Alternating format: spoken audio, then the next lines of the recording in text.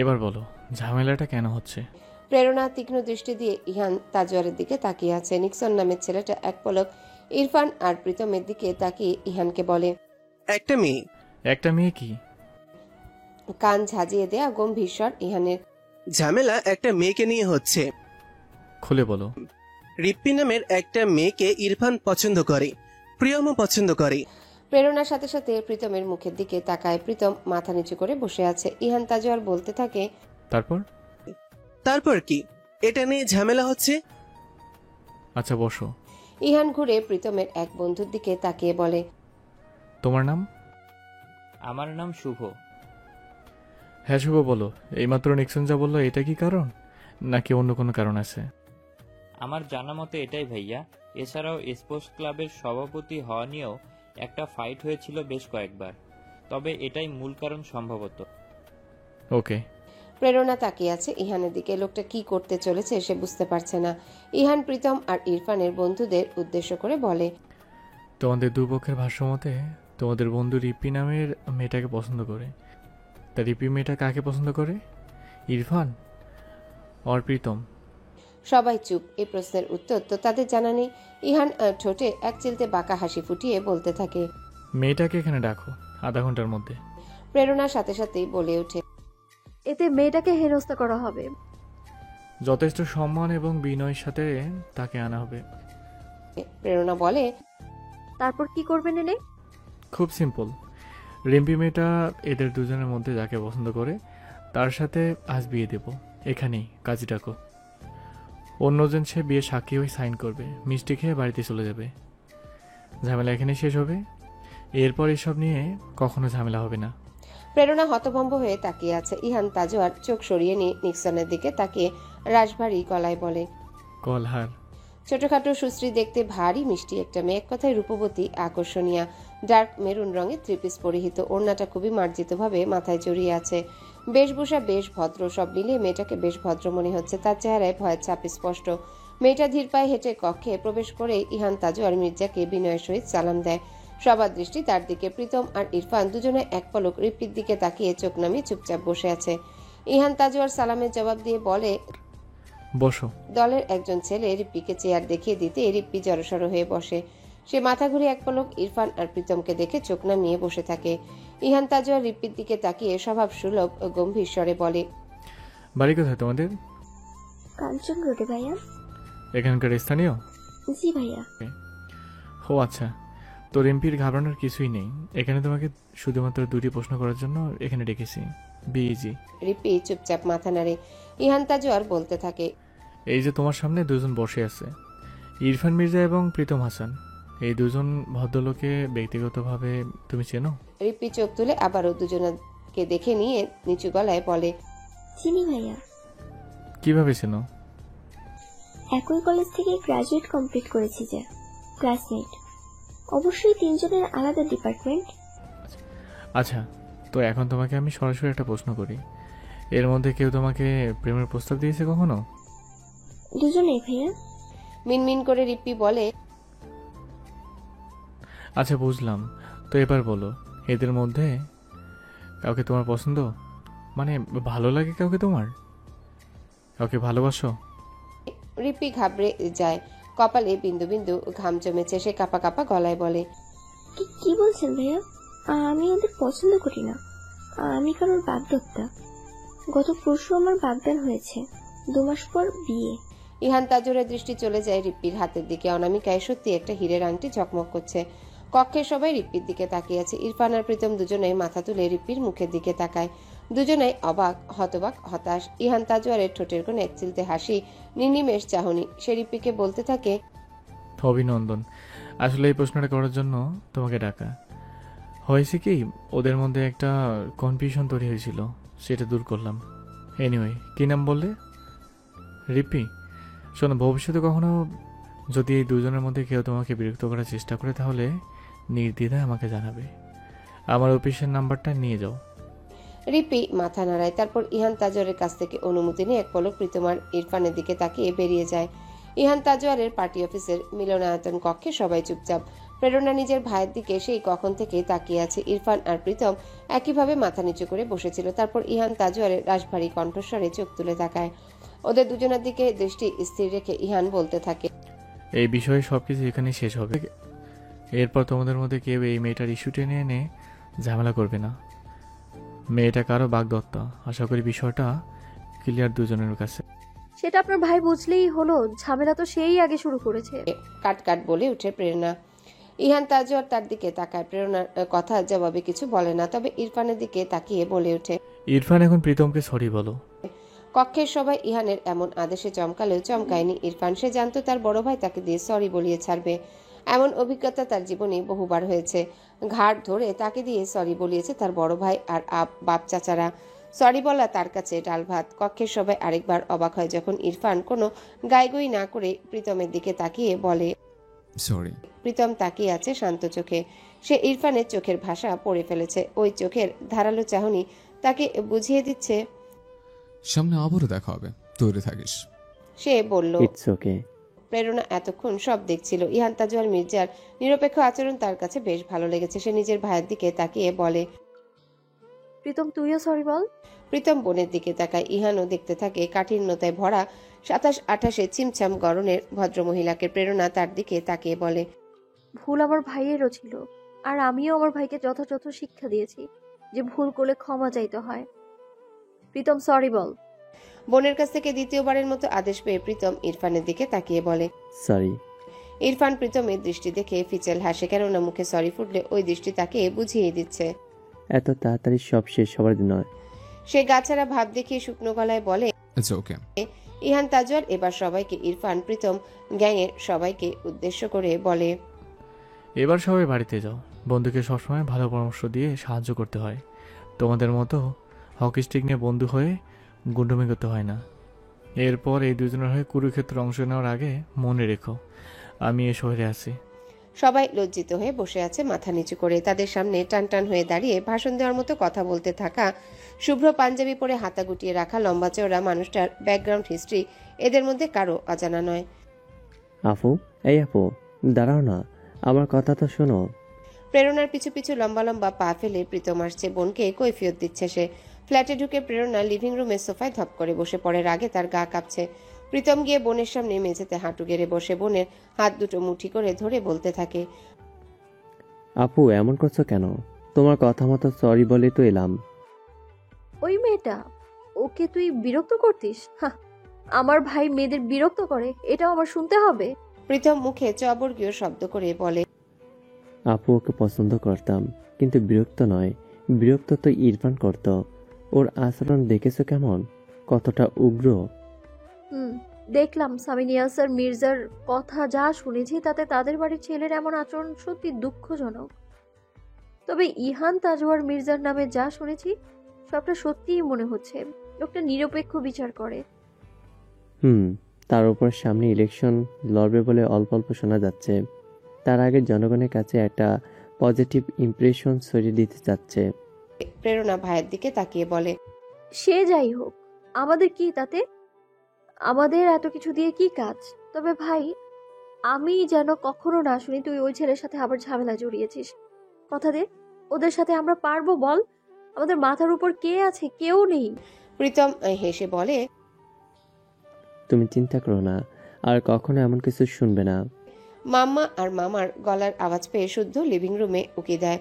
প্রেরণার চোখে পড়তে এসে ছেলেকে হাত বাড়িয়ে ডাকে। শুদ্ধ গুটি গুটি পায়ে এগিয়ে যায় মাম্মার কাছে আদর নিতে। সারাদিন পর মায়ের কোল পেয়ে সে লুফে নেয় উষ্ণতা। প্রীতম বোন আর ভাগ্নের দিকে মুগ্ধ চোখে তাকিয়ে আছে। প্রেরণা চুমু দিয়ে ভিজিয়ে দিচ্ছে ছেলের গাল। মা ছেলেকে বিরক্ত না করে প্রীতম উঠে দাঁড়ায়। নিজের রুমে যেতে যেতে আর চোখে আরো একবার প্রেরণার দিকে তাকায় সে। শুদ্ধ আর একটু বড় হলে আপুর বিয়ে দেবে প্রীতম। মনে মনে এই সিদ্ধান্ত সে বহু আগেই নিয়ে রেখেছে। জীবন এভাবে চলতে পারে না, কখনোই পারে না। সবচেয়ে বড় কথা, প্রীতম কখনোই তার মা বাবার থেকেও বেশি আপুর নিঃসঙ্গ জীবন দেখতে পারবে না। এমন কাউকে প্রীতম খুঁজে বের করবে যে হবে তার আপুর উপযুক্ত, শুদ্ধর উপযুক্ত।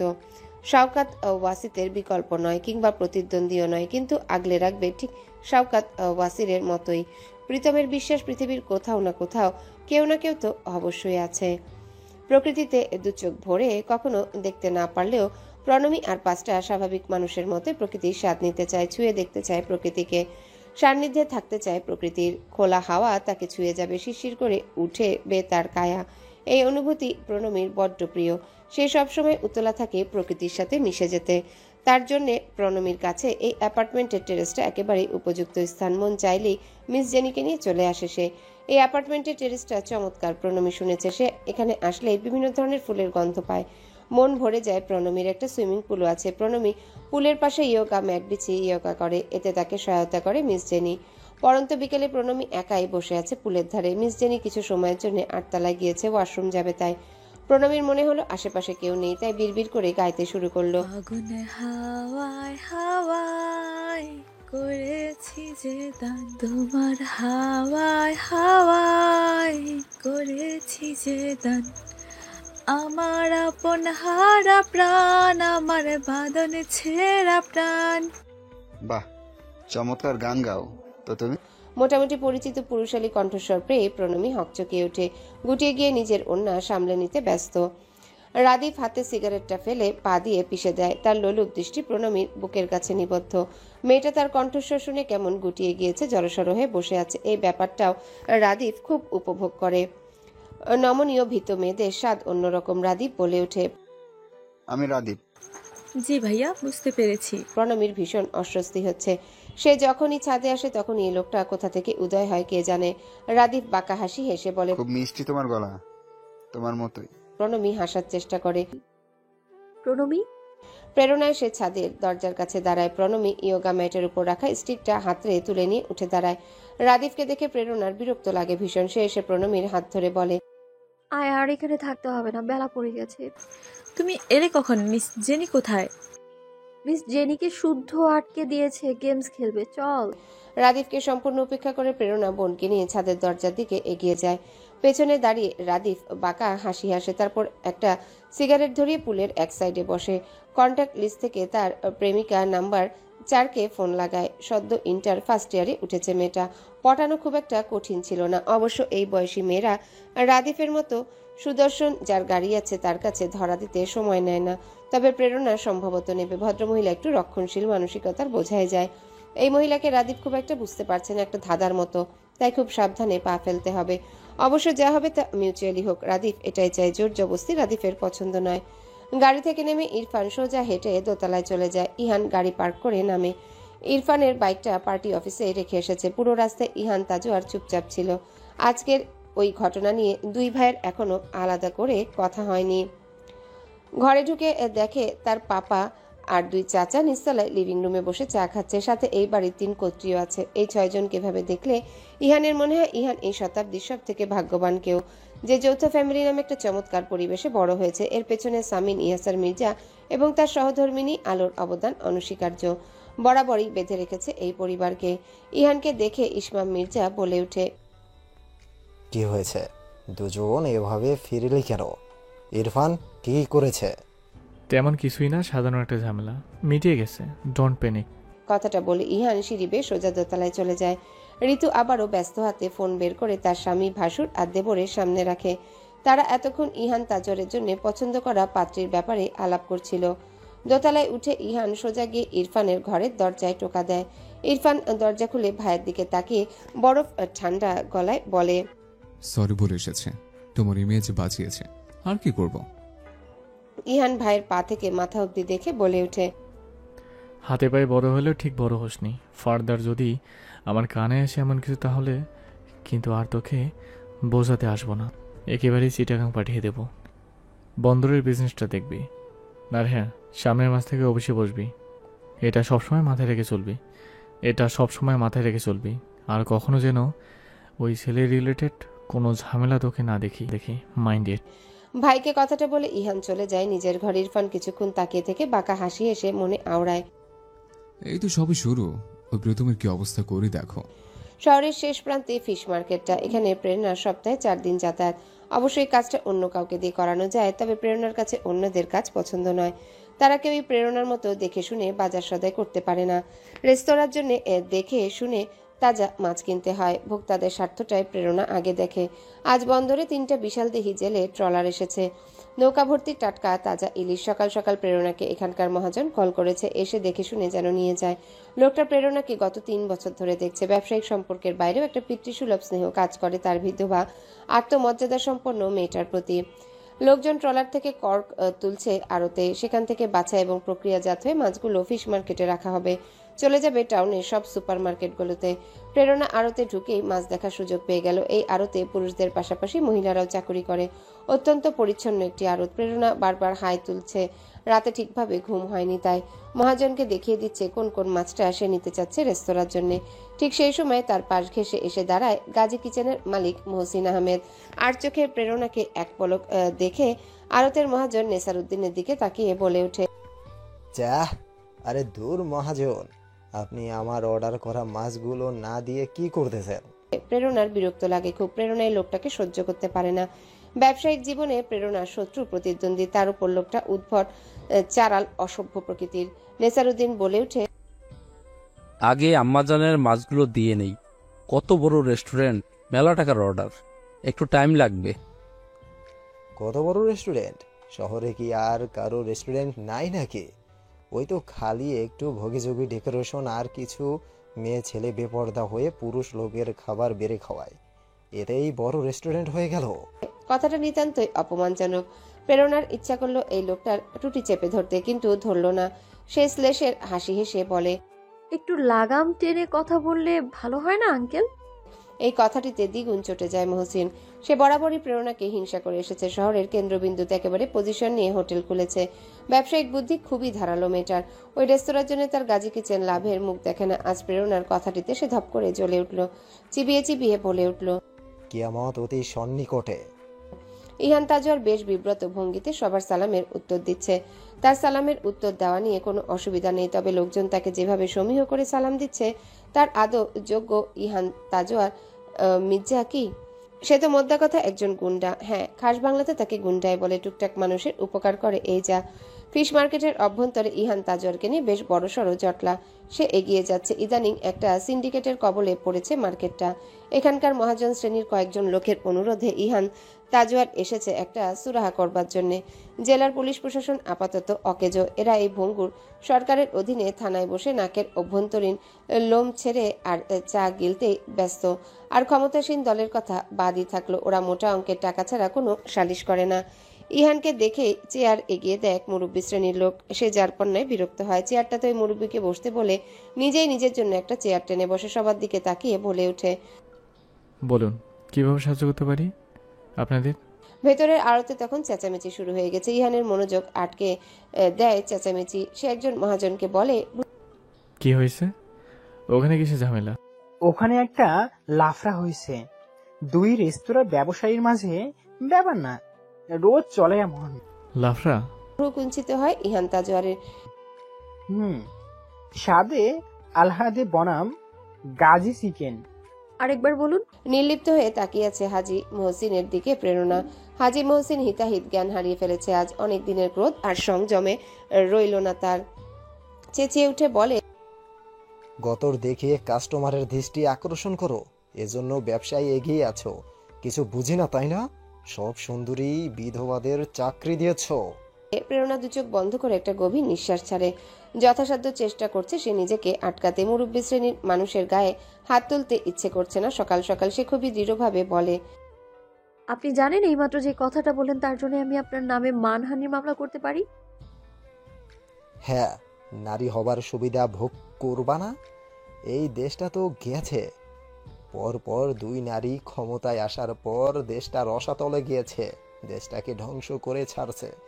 আর তোমাদের মতো মেয়েরা পুরুষের সাথে প্রতিযোগিতা শুরু করছে। প্রেরণা নিজেকে শান্ত করে খুবই ভদ্রভাবে বলে, ওই বিতর্কে আপনার সাথে যেতে চাই না। এই দেশটা ধ্বংস করার পেছনে আপনার মতো ক্যাপিটালিস্টদের অবদান কম নয়, আর আপনার নিজের ব্যবসা প্রতিষ্ঠান ধ্বংসের পেছনে আপনার মতো বুদ্ধিহীন সজারুর অবদানও কম নয়। এই যে রেস্তোরাঁয় লিখে রেখেছেন, এখানে শুধু ভর্তা ভাজি দিয়ে ভাত পরিবেশন করা হয় না। এর জন্য আপনার কাস্টমার নেই। আপনার খুব লোভ আমার প্রতি, তাই না? শুনুন, আপনার ব্যবসার ক্ষতির কারণ আমার কিংবা আমার কর্মচারী মহিলাদের গতর নয়, বরং আপনার গু লেভেলের বিজনেস ট্রাস্টেডি। এটুকু বলে প্রেরণা থামে। তারপর বলে, বরং আপনার গু লেভেলের বিজনেস স্ট্র্যাটেজি। মুরব্বী বলে এড়িয়ে গেলাম। বয়স হলে মানুষ বুদ্ধি হারায় সেটা জানি। ভবিষ্যতে কোনো বাজে অথবা অশোভন কথাবার্তা বললে না, জিপ কেটে রেস্তোরাঁর সামনে সাজিয়ে রাখবো আঙ্কেল। সবাই হাঁ করে তাকিয়ে আছে প্রেরণার দিকে। প্রেরণা ফুঁসছে। ইহান তাজুয়া চুপচাপ দাঁড়িয়ে প্রেরণার কথা শুনছিল। তার পাশে তার দলের ছেলেরা। প্রেরণা তাদের কাউকে খেয়াল করেনি তখনও। মহসিনের মুখটা ফ্যাকাশে হয়ে গেছে। প্রেরণা একটু দম নিয়ে বলতে থাকে, আর এই গতরের কথা বললেন না, আফসোস, আপনারা পুরুষরা এই গতর ছাড়া আর কিচ্ছু ভাবতে পারেন না। প্রেরণা ঘুরে মহাজনের দিকে তাকিয়ে বলে, আঙ্কেল, মাছগুলো ভ্যানে তুলে দিন আর বিলটা টেক্সট করে পাঠিয়ে দিবেন। আসছি আমি। আজ বাদেই রবিবার, রেস্তোরাঁ জমজমাট থাকবে, বুঝলেন? এখানে দাঁড়িয়ে থেকে পাটা টন টন করছে। গতটা সুস্থ রাখতে হবে তো। এই গতরে কত মহিমা আঙ্কেল। আরতে মহিলার কর্মীরা ফিক করে হেসে ওঠে, যা মহসিনের কাটা ঘায়ে নুনের মতো কাজ করে। ইহান তাজুয়ার তাকিয়ে আছে। তার সামনেই কয়েক গজ দূরে দাঁড়িয়ে থাকা মলিন বেশভূষায় ছোটখাটো সাধারণ দেখতে ভদ্র মহিলার দিকে। প্রেরণা উল্টো দিকে ফিরে কথা বলছিল। তার লম্বা বেনি কোমর ছুঁয়েছে। প্রেরণার কথা বলার তালে তালে বেনিও দুলছে। ইহানের পাশ থেকে অন্তর বলে ওঠে, ভাই কি কথা জানে হুমকি ধামকি আপা? ইহান তাকাতেই অন্তর নিজেকে শুধরে নিয়ে বলে, সরি ভদ্র মহিলা। প্রেরণা মহসিনের মুখে জামা ঘষে ঘুরে দাঁড়াতে ইহান তাজওয়ার মির্জাকে দেখতে পেয়ে থেমে যায়। অত্যল্পকাল দুজনার চোখাচোখি হয়। তারপর প্রেরণা পাশ কাটিয়ে চলে যায়। ইহান দাঁড়িয়ে। হঠাৎই এক পেশে হাসি ফুটে উঠল তার ঠোঁটের কোণে। মুহূর্ত কাটাবার আগে তা মিলিয়ে গেল। অন্তর বিড়বিড় করে বলতে থাকে, কি রাগ। ইহান স্মিত হেসে মনে মনে আওড়ায়, আসলে কি রাগ? 10/4/2050 তারিখটা ফোনের স্ক্রিনে জলজল করছে। বছর ঘুরে সময়টা এপ্রিলের 10ম দিনে এসে দাঁড়িয়েছে। কাল রাত থেকে ইনশিরা অপেক্ষা করছে সকাল হবার। সেই দুঃসহ স্মৃতি আর যন্ত্রণার সাথে মুখোমুখি হবার মানসিকভাবে প্রস্তুত সে। এ বাড়ির সবাই প্রস্তুত। আজ এই শান্তিনীর নিবিড় নিস্তব্ধ। ব্রেকফাস্ট টেবিল ফাঁকা। ভেসে আসছে না বাড়ির কর্তাদের হাঁকডাক। রান্নাঘরটা এবারে তিন গিন্নির পদচারণায় গমগম করছে না আজ। স্মার্টফোনের পাওয়ার বাটন প্রেস করে যন্ত্রটা দূরে ছুঁড়ে ফেলে ইনশিরা। কোনো মতে নিজেকে ফ্রেশন আপ করে আয়নার সামনে দাঁড়ায়। বাড়িতে সবাই আছে, সবাই, অথচ মনে হচ্ছে যেন কেউই নেই। একটা দীর্ঘশ্বাস ফেলে সে। এভাবে চলতে পারে না। চুলগুলো একটা ক্ল্যাচারে কোনো মতে আটকে সে দ্রুত পায়ে দোতলার উত্তরের সব থেকে কোণের ঘরটির সামনে গিয়ে দাঁড়ায়, যে ঘরের দরজায় বড় বড় অক্ষরে জলজল করছে ছোট্ট মির্জা ইসলাম দৃপ্ত নেম প্লেটটা, আর সেই সুপারম্যানের স্টিকার গোটা গোটা করে লেখা। ডোন্ট ডিস্টার্ব মি লেখাটাও। ইনশিরা গোটা গোটা হাতের লেখাটায় আঙ্গুল বোলায়। চোখ দুটো আচমকায় ভিজে উঠল তার। কানের মধ্যে প্রতিধ্বনিত হয় খিলখিল হাসির ধ্বনি। রিনরিনে গলায় যেন কেউ বলছে, আপু, আপু, দেখো আমি জম্বি সেজেছি। দোতলায় আশেপাশে কেউ নেই। ইনশিরা একটা ঢোক গিলে নরম গলায় ডাকে, মাম্মা। ভেতর থেকে কেউ সাড়া দেয় না। ইনায়া ততক্ষণে এসে ইনশিরার পেছনে দাঁড়ায়। ইনশিরা একটু দম ফেলে বলতে থাকে, মাম্মা তুমি সব সময় নিজের কথাই ভাবো, একটু আমাদের কথাও কখনো ভাবো মাম্মা। পাপা নিড ইউ টুডে। আমাদেরও তোমাকে প্রয়োজন। মামাদের ফোন ধরছো না। মাম্মা ওপেন দ্য ডোর। ঋতু, পরি, ইসমাম, ইলহাম এসে দাঁড়ায়। ইনশিরার কথাগুলো সবাই শুনতে পেয়েছে ঘর থেকে। আলো কোনো সাড়া দেয় না। ইনশিরা আবারও চেঁচিয়ে ওঠে, মাম্মা তুমি দরজাটা খুলবে কিনা? ইলহাম মির্জা সাহস করে এগিয়ে যায়। ইনশিরার পাশে দাঁড়িয়ে নিচু গলায় বলে, ভাবি বেরিয়ে এসো।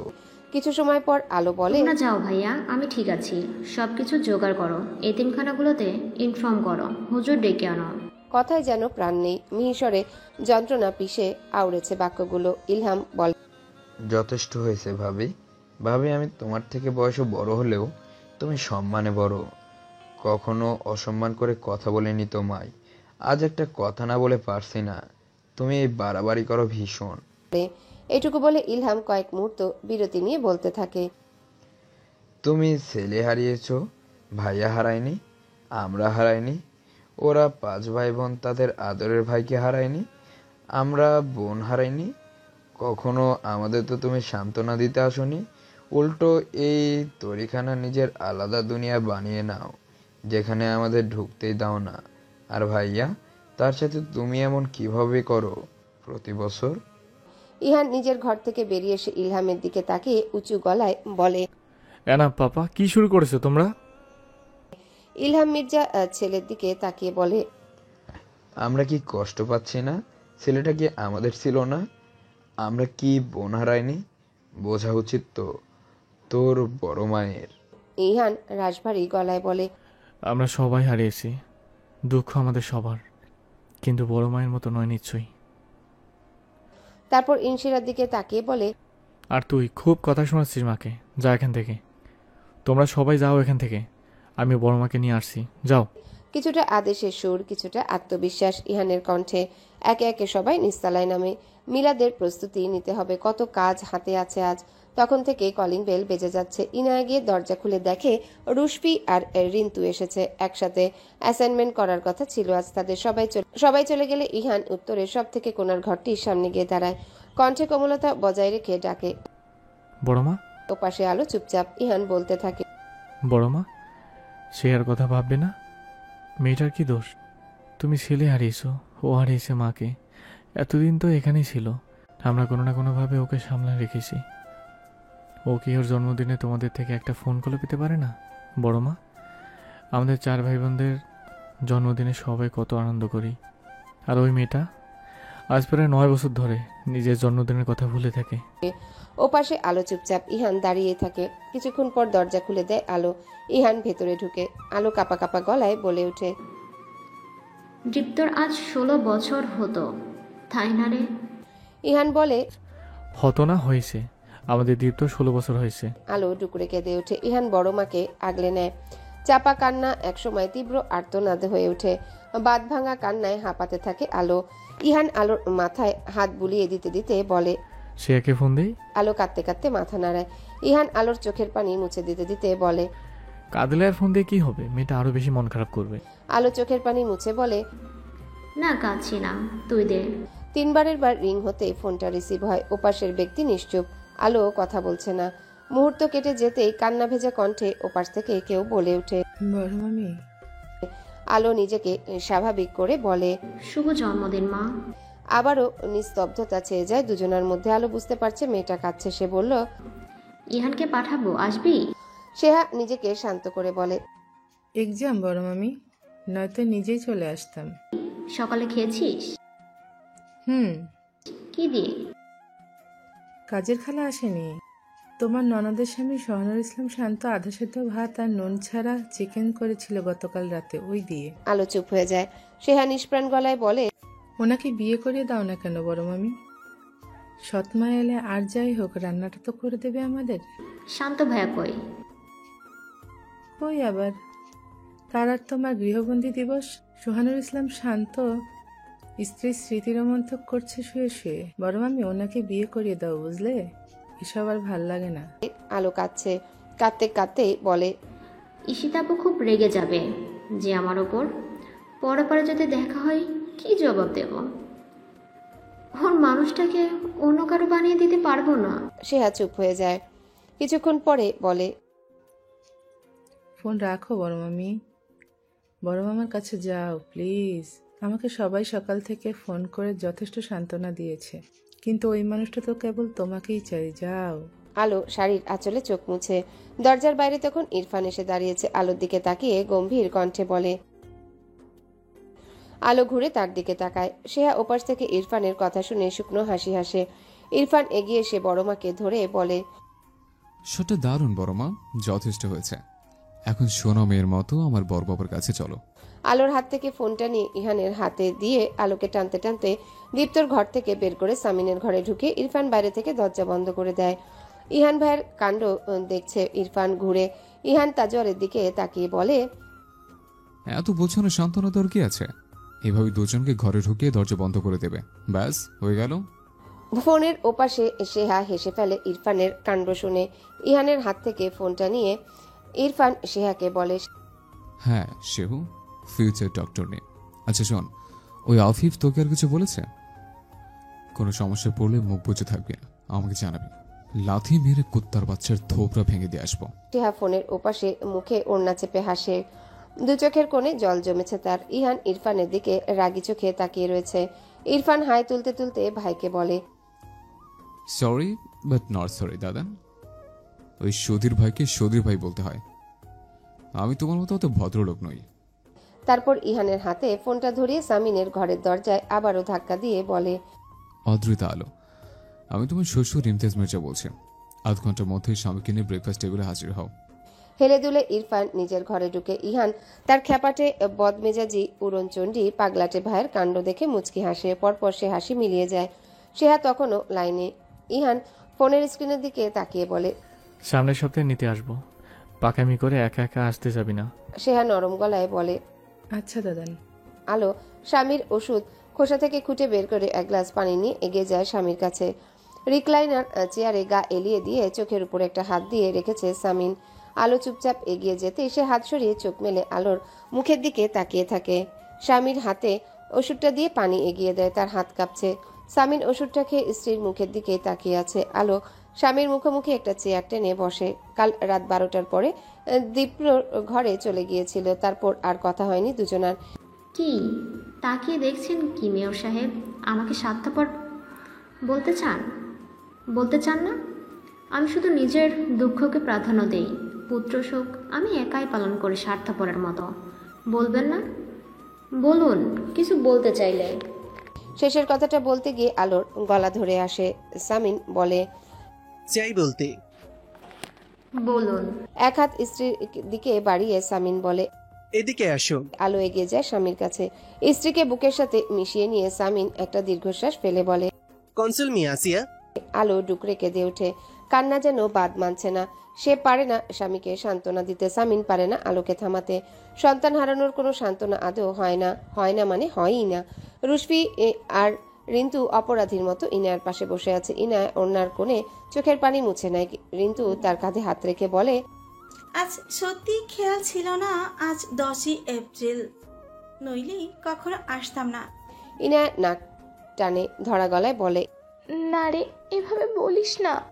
আলো আন্টি, সামিন আঙ্কেল আর শেহার জন্য খুব কষ্ট হচ্ছে। দুজন তার ছেলে হারিয়েছে, একজন তার মা। ইনায়া ফুপিয়ে কাছে কিছুক্ষণ পর বলে ওঠে, ফুপির কাছে সব থেকে আদরের ছিল তৃপ্ত। সবসময় নিজের কাছে নিয়ে রাখতো তৃপ্তকে। তৃপ্তও ছিল ফুপির পাগল। আজ দেখ দুজন একসাথেই আছে। ওরা বোধহয় প্ল্যান করেছিল, নয়তো সেদিন ফুপি কেন তৃপ্তকে আনতে যাবে স্কুল থেকে। স্বামীর বুকে মাথা রেখে শুয়ে আছে আলো। সামিন আলোর মাথায় হাত বুলিয়ে দিচ্ছে। দীর্ঘ সময় কেউ কোনো কথা বলেনি।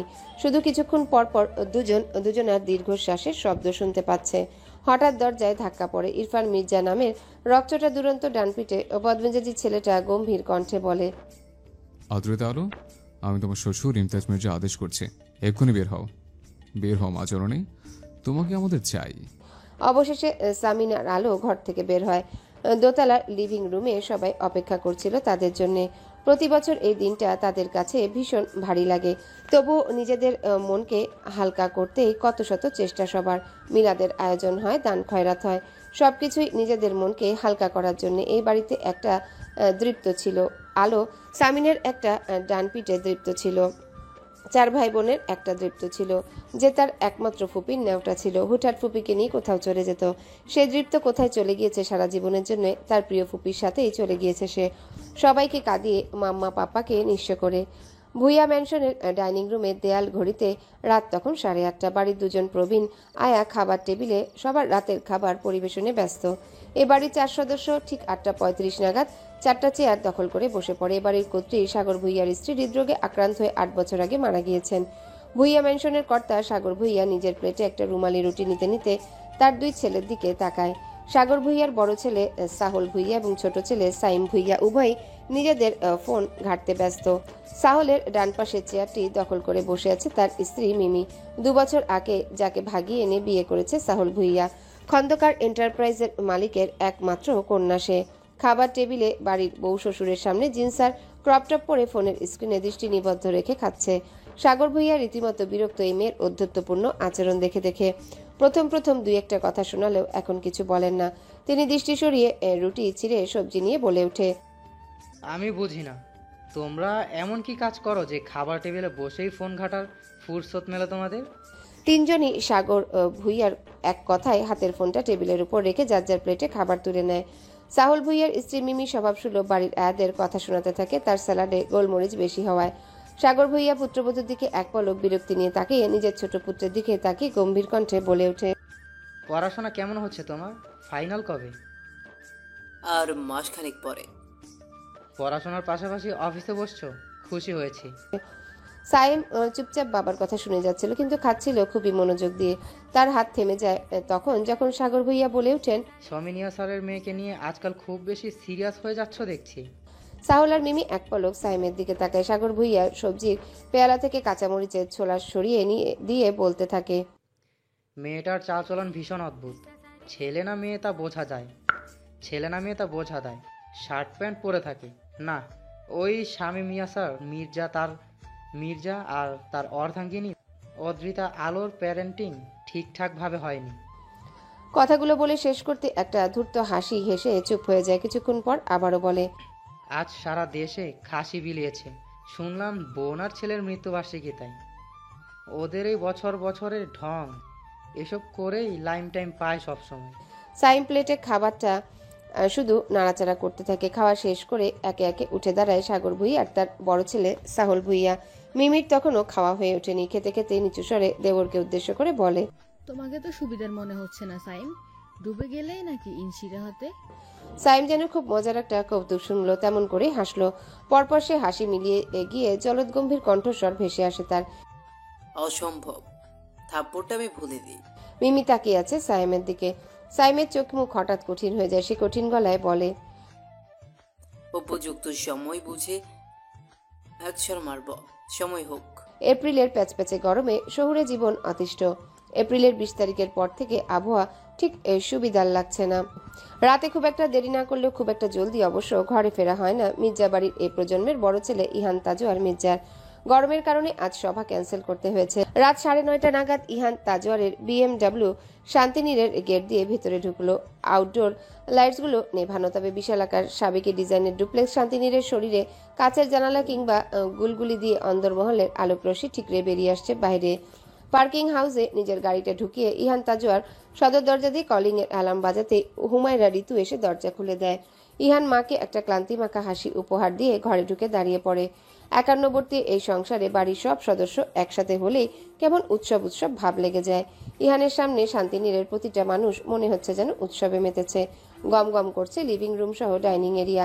আজ বড় মায়ের মনটা একটু ভালো ঠেকছে। সবার সাথে কথা বলছে, বাড়ির কাজ করছে। এই বাড়ির কর্তা 3 জন, সামিনিয়া স্যার, ইলহাম এবং ইসমাম। পশ্চিম দিকে 3টি সোফা দখল করে বসে ব্যবসা সংক্রান্ত জরুরি আলাপ আলোচনা এবং দেশের বর্তমান পরিস্থিতি নিয়ে কথা বলছে। তাদের প্রত্যেকের পরনে পায়জামা পাঞ্জাবি। তাদের থেকে কয়েক গজ দূরে একটা কুশনের উপর বসে কপাল কুঁচকে টিভি স্ক্রিনের দিকে দৃষ্টি দিয়ে আছে ইরফান মির্জা, পরনে একটা 3/4 এবং হুডি। কিছুক্ষণ পরপর সে বিরক্তি নিয়ে বাচ্চাদের দিকে তাকাচ্ছে। এদের দেশের আলাপের জন্য ঠিকভাবে রেসলিং ম্যাচটা উপভোগ করতে পারছে না ইরফান। ডাইনিং টেবিলে ইনশিরা আর ইনায়া বসে মা চাচিদের মেয়েলি আলাপ শুনছিল। সবসময় এসব আলাপ থেকে 100 হাত দূরে থাকা ইনায়া মাঝে মাঝে খুবই আগ্রহ নিয়ে শুনতে আসে, তবে স্বার্থ ছাড়া কিছুই না। এখানেও 2 বোনের স্বার্থ লুকিয়ে আছে। কিছুদিন সবাইকে পটিয়ে রাখার ধান্দা বলা যেতে পারে। ইনশিরা মাকে পটাচ্ছে তার ফটোগ্রাফি এক্সিবিশনে অংশ নেওয়ার পারমিশন আদায়ের জন্য, আর ইনায়া পটাতে চাইছে তাকে যেন ট্যুরে যাওয়ার পারমিশন দেওয়া হয়। ঘরে ঢুকে ফ্রেশন আপ হয়ে ইহান তাজওয়ার ট্রাউজার টি শার্টে শরীর গলিয়ে দ্রুত পায়ে নিচে নেমে আসে। তার একঘেয়েমির জীবন আজ ঠিক করলেও সবার সাথে আড্ডা দেবে। ইনশিরা মা চাচিদের আলাপ শোনার ভান ধরেছিল, আসলে সে ব্যস্ত ছিল সাইমের সাথে চ্যাটিংয়ে। ইহান তাজওয়ারকে একটা চেয়ার টেনে বসতে ইনশিরা তাড়াহুড়ো করে হাতের ফোনটা লুকানোর চেষ্টা করলো। ইহানের দৃষ্টি গোচর হয় বোনের এই অস্বাভাবিক আচরণ, কিন্তু মুখে কিছুই বলে না, সামান্য হাসলো। বোন বড় হয়েছে, হতেই পারে এমন। ইহানকে দেখে আলো ব্যস্ত হয়ে পড়ে ইহানের খাবার বেড়ে দিতে। বড় মাকে থামিয়ে দিয়ে ইহান বলে সে কিছুক্ষণ পরে খাবে। তারপর বোনদের দিকে তাকিয়ে তাদের পড়াশোনার কথা জানতে চায়। ম্যাচ শেষ হয়ে যাওয়া ইরফান গিয়ে ভাইয়ের পাশে একটা চেয়ার টেনে বসে। বাবা চাচাদের দেশের আলাপ শোনার থেকে ভাই বোনদের সাথে আলাপে অংশ নেওয়া ভালো। 4 ছেলেমেয়ের খুনসুটিতে গম গম করছে শান্তিনীরের খাবার ঘরের পরিবেশ। আলো আর পরিও চেয়ার টেনে বসে ছেলে মেয়েদের কথা শুনছে। কিছুক্ষণ পর হুমায়রা ঋতু এসে অনেকটা সংকোচ নিয়ে বড় ছেলে ইহান তাজওয়ারের পাশে দাঁড়ায়। ইহান মায়ের দিকে জিজ্ঞাসাসূচক দৃষ্টি নিক্ষেপ করতেই ঋতু সবার আলাপের মাঝে হাতের ফোনটা ইহানের সামনে ধরে। সবাই চুপ হয়ে ইহান আর ঋতুকে দেখে। ইহান মায়ের হাতের ফোনের স্ক্রিনের দিকে এক পলক তাকিয়ে মুখ ভঙ্গি গম্ভীর করে। ঋতু উৎসাহী গলায় বলতে থাকে, তোর নানু বাড়ির এলাকার, এইবার উচ্চ মাধ্যমিক পরীক্ষা দিল। ইহান খানিকটা স্তব্ধ হয়ে মাম্মার দিকে তাকিয়ে আছে। ইরফান পানি খেতে যাচ্ছিল, মাম্মার কথায় বিষম খেয়ে যায়। ইনশিরার ইনায়ও হতভম্ব হয়ে বড় দাদানের দিকে তাকিয়ে থাকে। ঋতু অবাক হয়ে চার ভাই বোনের দিকে তাকিয়ে বলে, এ কি রে, তোরা এমন করছিস কেন সবাই? ইনশিরার ইনা মুখে হাত চেপে হাসছে, বড় দাদানের দিকে তেরছা নজরে তাকাচ্ছে বারবার। ইহান এতক্ষণে ক্ষুব্ধ কণ্ঠে দাঁতে দাঁত চেপে বলে ওঠে, একটা বাচ্চা মেয়ে মাম্মা, বয়স ইহানের থেকেও কম মনে হচ্ছে। তোমরা কি পাগল হয়েছো? ঋতু বলে, কোথায় বাচ্চা, আমি এই বয়সে তোকে জন্ম দিয়েছি। ইরফান ইনশিরার ইনা উচ্চ শব্দে হাসছে। ঋতুর হাত থেকে ফোনটা কেড়ে নিয়ে পাত্রীর ছবিটা খুঁটিয়ে খুঁটিয়ে দেখতে থাকে ওরা তিন ভাই বোন। ইহান তাজওয়ার ঋতুর দিকে তাকিয়ে বলে, দিস ইজ টু মাচ মাম্মা। বাচ্চা মেয়ে তো, বড় মেয়ে নিয়ে আসলে তো কিছু বলিস না। আর মেয়েটা বাচ্চা নয়, ভোটার আইডি কার্ড আছে। গ্রামের মেয়ে হলে কি হবে, খুবই ট্যালেন্ট আর মেধাবী, অ্যাডমিশন ক্যান্ডিডেট। সব থেকে বড় কথা, মেয়েটি খুবই ভালো একটি মেয়ে, নিঃসন্দেহে। আমি খোঁজ লাগিয়ে দেখেছি। পরি কথাগুলো বলে ইহানের মুখের দিকে তাকিয়ে আছে। ইহান যার পর নাই হতবাক হয়ে বলে ওঠে, ছোট মা তুমি, তোমার কাছ থেকে এটা তো আশা করিনি আমি। এবার আলো মুখ খুলে গম্ভীর কণ্ঠে বলে, কি চাচ্ছিস তুই ইহান? চাকরিজীবী মেয়ে, বিরশোদ মেয়ে আনলাম, রিজেক্ট করলি। আর কি চাস তুই? আমি কম বয়সী মেয়েকেই তোর বউ হিসেবে লাগবে এমনটা বলছি না, কিন্তু এভাবে আর কত? এখন একটা কিছু তো বল। আর মেয়েটি এক কথায় এই বাড়ির বউ হবার উপযুক্ত। ওকে আমি ব্যক্তিগতভাবে চিনি। বড় মা তুমিও? ইহান হতাশ, তার মা চাচিদের এমন আচরণে কপালে রেখা দৃশ্যমান। বিরক্ত হয়ে উঠে চলে যায় বাবা চাচাদের আলোচনায় অংশ নিতে। ঋতু তার যাদের দিকে তাকায়, তার চোখের দৃষ্টি যা দুজনকে বলছে, এবারও হলো না। ইরফান হঠাৎ খিকখিক করে হেসে ওঠে। সবাই তার দিকে দৃষ্টি নিক্ষেপ করতে এসে হাসি থামিয়ে আলো ঋতু আর পরীকে উদ্দেশ্য করে বলে, তোমরা এমন স্টেরিওটাইপ ছেলের মা হয়ে উঠলো কবে থেকে? আজব। তবে মাম্মা এবং চাচ্ছি আম্মারা, আপনারা মন দিয়ে শুনুন, এমন ল্যাদা বাচ্চা আনবেন না ভবিষ্যতে আমার দাদানের জন্য। একে ভাবি মনে রাখবো নাকি খুকু মনে রাখবো? আজব। ইনশিরার ইনা জোরে হেসে ওঠে ইরফানের কথায়। আলো একটা দীর্ঘশ্বাস ছেড়ে বলে, তোমাদেরটা তোমরাই খুঁজে নিও। জি অবশ্যই, আমি কালকেই খুঁজতে নামবো। দাদানের জন্য একটা আমার জন্য একটা। হাসতে হাসতে জবাব দেয় ইরফান। ঋতু ছেলের কান মলে দিয়ে বলে, আগে দাদানের বিয়ে হোক, তারপর নিজের কথা ভেবো। কেন মাম্মা, আমি আগে বিয়ে করলে কি হবে? বাবাও তো বড় বাবার আগে বিয়ে করেছে। পরি বলে, সে তোমার পাপা করে করুক। এ বাড়িতে 2 জন ছেলে, 3 জন মেয়ে। ছেলেদের মধ্যে ইহানের বিয়ে আগে হবে, আর মেয়েদের মধ্যে ইনশিরাহর। ইহানের বিয়ে দিয়ে বাড়িতে একটা পুতুল বউ আনবো, আর ইনশিরাকে রাজপুত্রের মতো দেখতে ছেলের গলায় ঝুলিয়ে দিব। ইনশিরা জড়সড় হয়ে বসে পরির কথায়। বিয়ের কথা শুনে গোটা মুখ চেয়ে গেছে তার অস্বস্তিতে। ইরফান পরির কথার পিঠে বলে, এটা নিয়ম নাকি যে ওদের বিয়ে আগে দিতে হবে? দেখবে একদিন দুম করে আগে আমি বউ আর এনু জামাইনে উপস্থিত হব তোমাদের এই নিয়ম ভেঙে দিয়ে, তাই না রেনু? মেজ দাদানের কথা ঈষৎ লজ্জা পায় ইনা। এমনটা কখনোই হবে না, সে কখনোই এমন নির্লজ্জের মতো কাজ করবে নাকি? কখনোই না। খানিক বাদে খেতে বসেছে সবাই। বাড়ির গৃহকর্ত্রীরা খাবার পরিবেশনে তৎপর হয়। সামিনের একটা অত্যন্ত ব্যক্তিগত অভ্যাস রয়েছে, খাওয়ার আগে ছেলে মেয়েদের প্লেটে খাবার ঠিকঠাক পরিমাণে নিল কিনা এটা দেখা, যেন তারা 10 বছরের জিদ্দি শিশু, জিদ করে কম নেয় সবাই। ইনাকে শুধু প্লেটে ভাত নিয়ে নাড়াচাড়া করতে দেখে সামিন অত্যন্ত কোমল স্বরে ডেকে ওঠে, খাচ্ছ না কেন ছোট আম্মা? প্রত্যেকে খাওয়ার কয়েক পলকের বিরতি দিয়ে ইনাকে দেখে। ইনা আশেপাশে সবার দিকে একবার করে তাকিয়ে ইতস্তত করতে থাকে। সামিন কণ্ঠে কোমলতা বজায় রেখে দ্বিতীয় প্রশ্ন করে, কিছু বলতে চাও?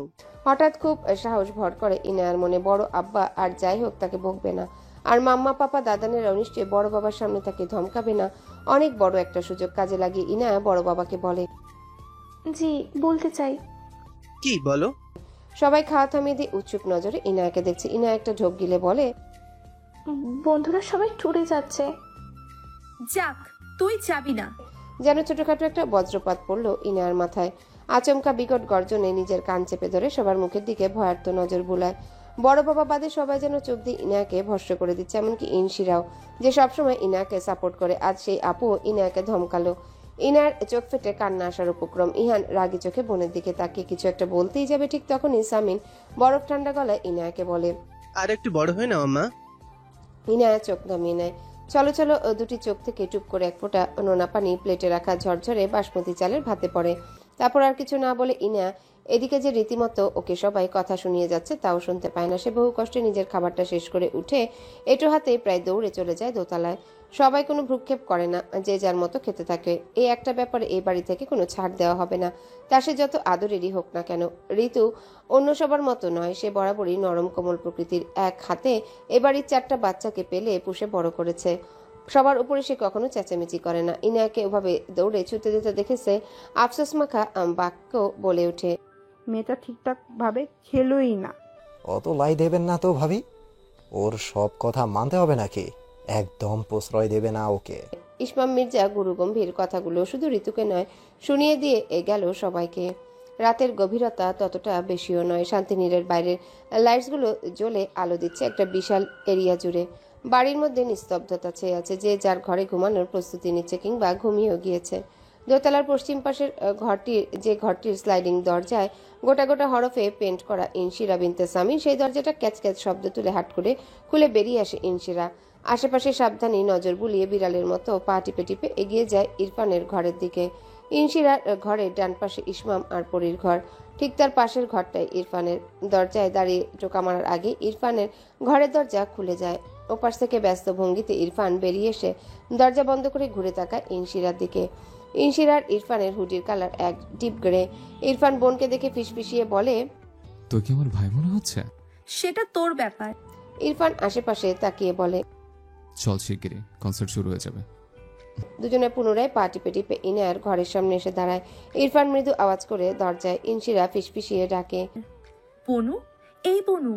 ইনায়া তখন এক দফা নাকি কান্না কেঁদে হাত মুখ ধুয়ে বেসিক স্কিন কেয়ার করে মাত্র আয়নার সামনে দাঁড়িয়ে তার নাইট স্যুটে গা গলাচ্ছিল। ইনশিরার আওয়াজে ভ্রু কুচকে যায় তার। তারপর এক আকাশ সমান অভিমান এসে ভর করে তার মনে পড়ে যায় খাবার টেবিলে সেই ধমকের কথা। সবার সাথে তাল মিলিয়ে আপুও তাকে ধমকেছিল। ওপাশ থেকে ইনশিরা ডেকেই যাচ্ছে। ইনায়া চুপচাপ দাঁড়িয়ে থাকে, কিন্তু ইরফানের গলার আওয়াজ এসে চমকে ওঠে। সে এই সময় মেজো দাদান কেন? শশব্যস্ত হয়ে এসে স্লাইডিং ডোরে লক খুলে দেয়। ইনশিরার ইরফানকে দেখে ইনায়া অবাক হয়ে বলে, তোমরা কোথাও যাচ্ছ? আরব কৌশিকের কনসার্টে, ফটোফট রেডি হ, আর হুডি পরিস, মাস্ক নিস। মেজো দাদানের কথায় ইনায়া চক্ষু চড়াক গাছ। মেজো দাদান তাকে কনসার্টে নিয়ে যাবে। ইনায়া স্বপ্ন দেখছে না তো? ইনায়ার তপ দেখাও মুখের দিকে তাকিয়ে ইরফান মাথায় একটা গাঁটটা মেরে বলে, শিগগিরই, কেউ ওঠার আগে গো। ইনায়া ইনশিরার দিকে তাকায়। ইনশিরা হেসে ফিসফিসিয়ে বলে, তোর ট্যুরে যাওয়া তো হবে না, কেউ না তুঝে কনসার্টে নিয়ে যায়। চল চল। ইনায়ার মুখ মুহূর্তেই উজ্জ্বল হয়ে যায়। কিছুটা হলেও মন খারাপ ভ্যানিশ তার। আরব কৌশিকের নামটা শুনে মনটা নেচে ওঠে তার। দাদান আর আপুর থেকে সব সময় যে একটা ওভারসাইজ হুডি, জিন্স আর স্নিকার্স রেডি হয়ে ভাই বোনের সাথে ফুরফুরে মেজাজে পা টিপে টিপে বাড়ি থেকে নিঃশব্দে বেরিয়ে যায়। বাড়ির গাড়ি তারা নেয় না। বাড়ির সামনের 4 লেনের আধুনিক রাস্তা ধরে কিছুটা দূরে হাঁটতেই একটা ক্যাব পেয়ে যায়। রাত তখন 12:27। তাদের গন্তব্য রানার ইউনিভার্সিটি। রাতের সময় তখন 1:58। ইহান তাজরের ঘুমের ব্যাঘাত ঘটিয়ে বেডসাইড টেবিলের উপর রাখা তার ফোনটা বেজে উঠে। সেভ করা নাম্বারটা না দেখে ঘুম ঘুম চোখে ফোনটা রিসিভ করে কানে ধরে জড়ানো ভারী গলায় বলে, হ্যালো, আসসালামু আলাইকুম। দাদান, আমি ইরফান। কি ব্যাপার, এত রাতে ফোন করেছিস কেন? দাদান, একবার থানা আসতে হবে তোমাকে। ইহান তাজওয়ার সাথে সাথে উঠে বসে গম্ভীর কণ্ঠে বলে ওঠে, হোয়াট? কোথায় তুই? কি করেছিস? দাদান, আমি থানায়, প্লিজ এসো। তারপর বলছে। লিভিং রুম থেকে মেয়েলি কণ্ঠের খিলখিলি হাসির আওয়াজ আসছে। প্রেরণা বুঝে যায় প্রণমী অথবা মিস জেনি হবে হয়তো। রাত বিরাতে প্রণমীর হুটহাট খিদে পেয়ে যায়। অত কিছু তলিয়ে দেখবার সময় নেই প্রেরণার হাতে। তাকে এই মুহূর্তে বেরোতে হবে। কোমল সুগঠিত শরীর থেকে সিল্কের নাইটিটা খুলে একটা সাধারণ সুতির শাড়ি, যাকে বলা হয় প্রেরণার জাতীয় পোশাক, সেটি জড়িয়ে নেয় সুডোল অঙ্গে। শুদ্ধ গভীর ঘুমে আচ্ছন্ন। প্রেরণা পার্স, ফোন আর স্কুটির চাবি নিয়ে বেরিয়ে আসে ঘর থেকে। ওকে দেখে মিস জেনি অবাক। প্রণমী বলে ওঠে, কে উঠলো? আপু নাকি? আপু জানো মিস জেনি আমাকে কি বলেছিল? শোনা, এসে শুনবো। শোনা, আমি একটু থানায় যাচ্ছি এখন। মিস জেনি অবাক হয়ে বলে, থানায় কি প্রেরণা? কাজ আছে মিস জেনি। এত রাতে প্রীতমকে নিয়ে যাও। মিস জেনির কথায় প্রেরণা একবার শ্বাস ফেলে বলে, ওকেই আনতে যাচ্ছি, একটু ঝামেলা হয়েছে। আপনি প্লিজ দরজাটা লক করে নিন। আর প্রণমী স্যান্ডউইচ খেয়ে ঘুমিয়ে যাও, রাত জাগলে আবার মাথা ব্যথা করবে। ব্যস্ত ভঙ্গিতে কথাগুলো বলে শু ক্যাবিনেট থেকে স্লিপার বের করে হন্তদন্ত হয়ে ফ্ল্যাটের বাইরে চলে যায় প্রেরণা। মিস জেনি দরজা লক করে উদ্বিগ্ন গলায় বলতে থাকে, হে জিজাস, কি ঝামেলা হলো আবার? এই মেয়ে দুটো দুদণ্ড শান্তি পায় না কেন? সারাদিন খেটে এলো, এখন একটু ঘুমাতেও পারলো না। প্রণমীর মুখ বিবর মলিন হয়ে আছে দুশ্চিন্তায়। জেনির কথার জবাবে বলে, আপু আসলে খুব স্ট্রং, তাই না miss jenny? Miss jenny oven থেকে কেক বের করতে করতে বলতে থাকে, স্ট্রং? হালবাদ, কত দুর্বল ছিল মেয়েটা। সেই দুর্বল মেয়েটা বাথটবে একা একা সন্তান প্রসব থেকে শুরু করে শুদ্ধকে একা একা বড় করলো। কোনো তুলনা নেই এই মেয়েটার, কোনো তুলনা নেই। প্রণমী একটা তপ্ত শ্বাস ফেলে। কখনো কখনো তার মনে হয় আপুর জীবনে সে একটা বাড়তি জিনিস। সে না থাকলে আপুর স্ট্রাগলটা আর একটু কম হতো। 2038-এর দিকে এই থানার পুরনো বিল্ডিং ভেঙে সেখানে মুখোমুখি দুটো ভবন নির্মাণ করা হয়। পুলিশ সুপারের কার্যালয়ের সামনে মুখোমুখি দুটো ভবন। একটি ভবন থানার ঊর্ধ্বতন কর্মকর্তাদের অফিস, অন্যটিতে রয়েছে বিশাল বিশাল 4টা সেল, রিমান্ড রুম এবং FIR ডেস্ক। ঊর্ধ্বতন কর্মকর্তাদের ভবনটির ডিজাইন কিছুটা অদ্ভুত, দেখতে যেন দোতলা একটা জমিদার বাড়ি। 41 সালে এমন অদ্ভুত সাবেকি ডিজাইন দেখলে সবার মনে এই প্রশ্নটি জাগে, এর আর্কিটেক্টকে। মূল ভবনটার গ্রাউন্ড ফ্লোরটা কার পার্কিং এরিয়া, দোতলায় দাপ্তরিক কাজ হয়। দোতলায় ওঠার জন্য ভবনের পূর্ব পশ্চিম প্রান্তে দুটো সিঁড়ি। স্থান সংকুলতার কারণে এভাবে ডিজাইন করা হয়েছে। রাত ঠিক 2:30 নাগাদ ইহান তাজওয়ারের BMW এসে থামে থানার সামনে। ব্যস্ত ভঙ্গিতে নেমে সোজা FIR ডেস্কে চলে যায় সে। ইরফানের সাথে কোনোভাবেই যোগাযোগ করা যাচ্ছে না।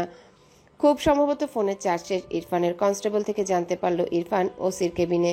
কিছুক্ষণ পরই প্রেরণার স্কুটারের গতি স্লথ হয়ে ইহান তাজওয়ারের BMW ঠিক পাশেই দাঁড়িয়ে পড়ে। হেলমেটটা কোনো রকমে খুলে হন্তদন্ত সেও ছুটে FIR ডেস্কে। ততক্ষণে ইহান তাজওয়ার ওই দালান থেকে বেরিয়ে আসছিল মূল দালানে যাবে বলে। FIR ডেস্কের কক্ষ থেকে বেরিয়ে মোড় ঘুরতে একটা পাখির মতো হালকা শরীরের সাথে ধাক্কা লাগতেই সে দাঁড়িয়ে পড়ে। প্রেরণা ছিটকে কয়েক কদম দূরে সরে যায়। দেয়ালে তার পিঠ ঠেকেছে, ডান বাহুতে ব্যথা পেয়েছে ভীষণ। যার সাথে ধাক্কা লেগেছে সেই পাথর কঠিন ইস্পাতের মতো শক্ত মানুষটাকে দেখতে মুখ ঘুরিয়ে তাকাতেই কিছুটা চমকে ওঠে সে।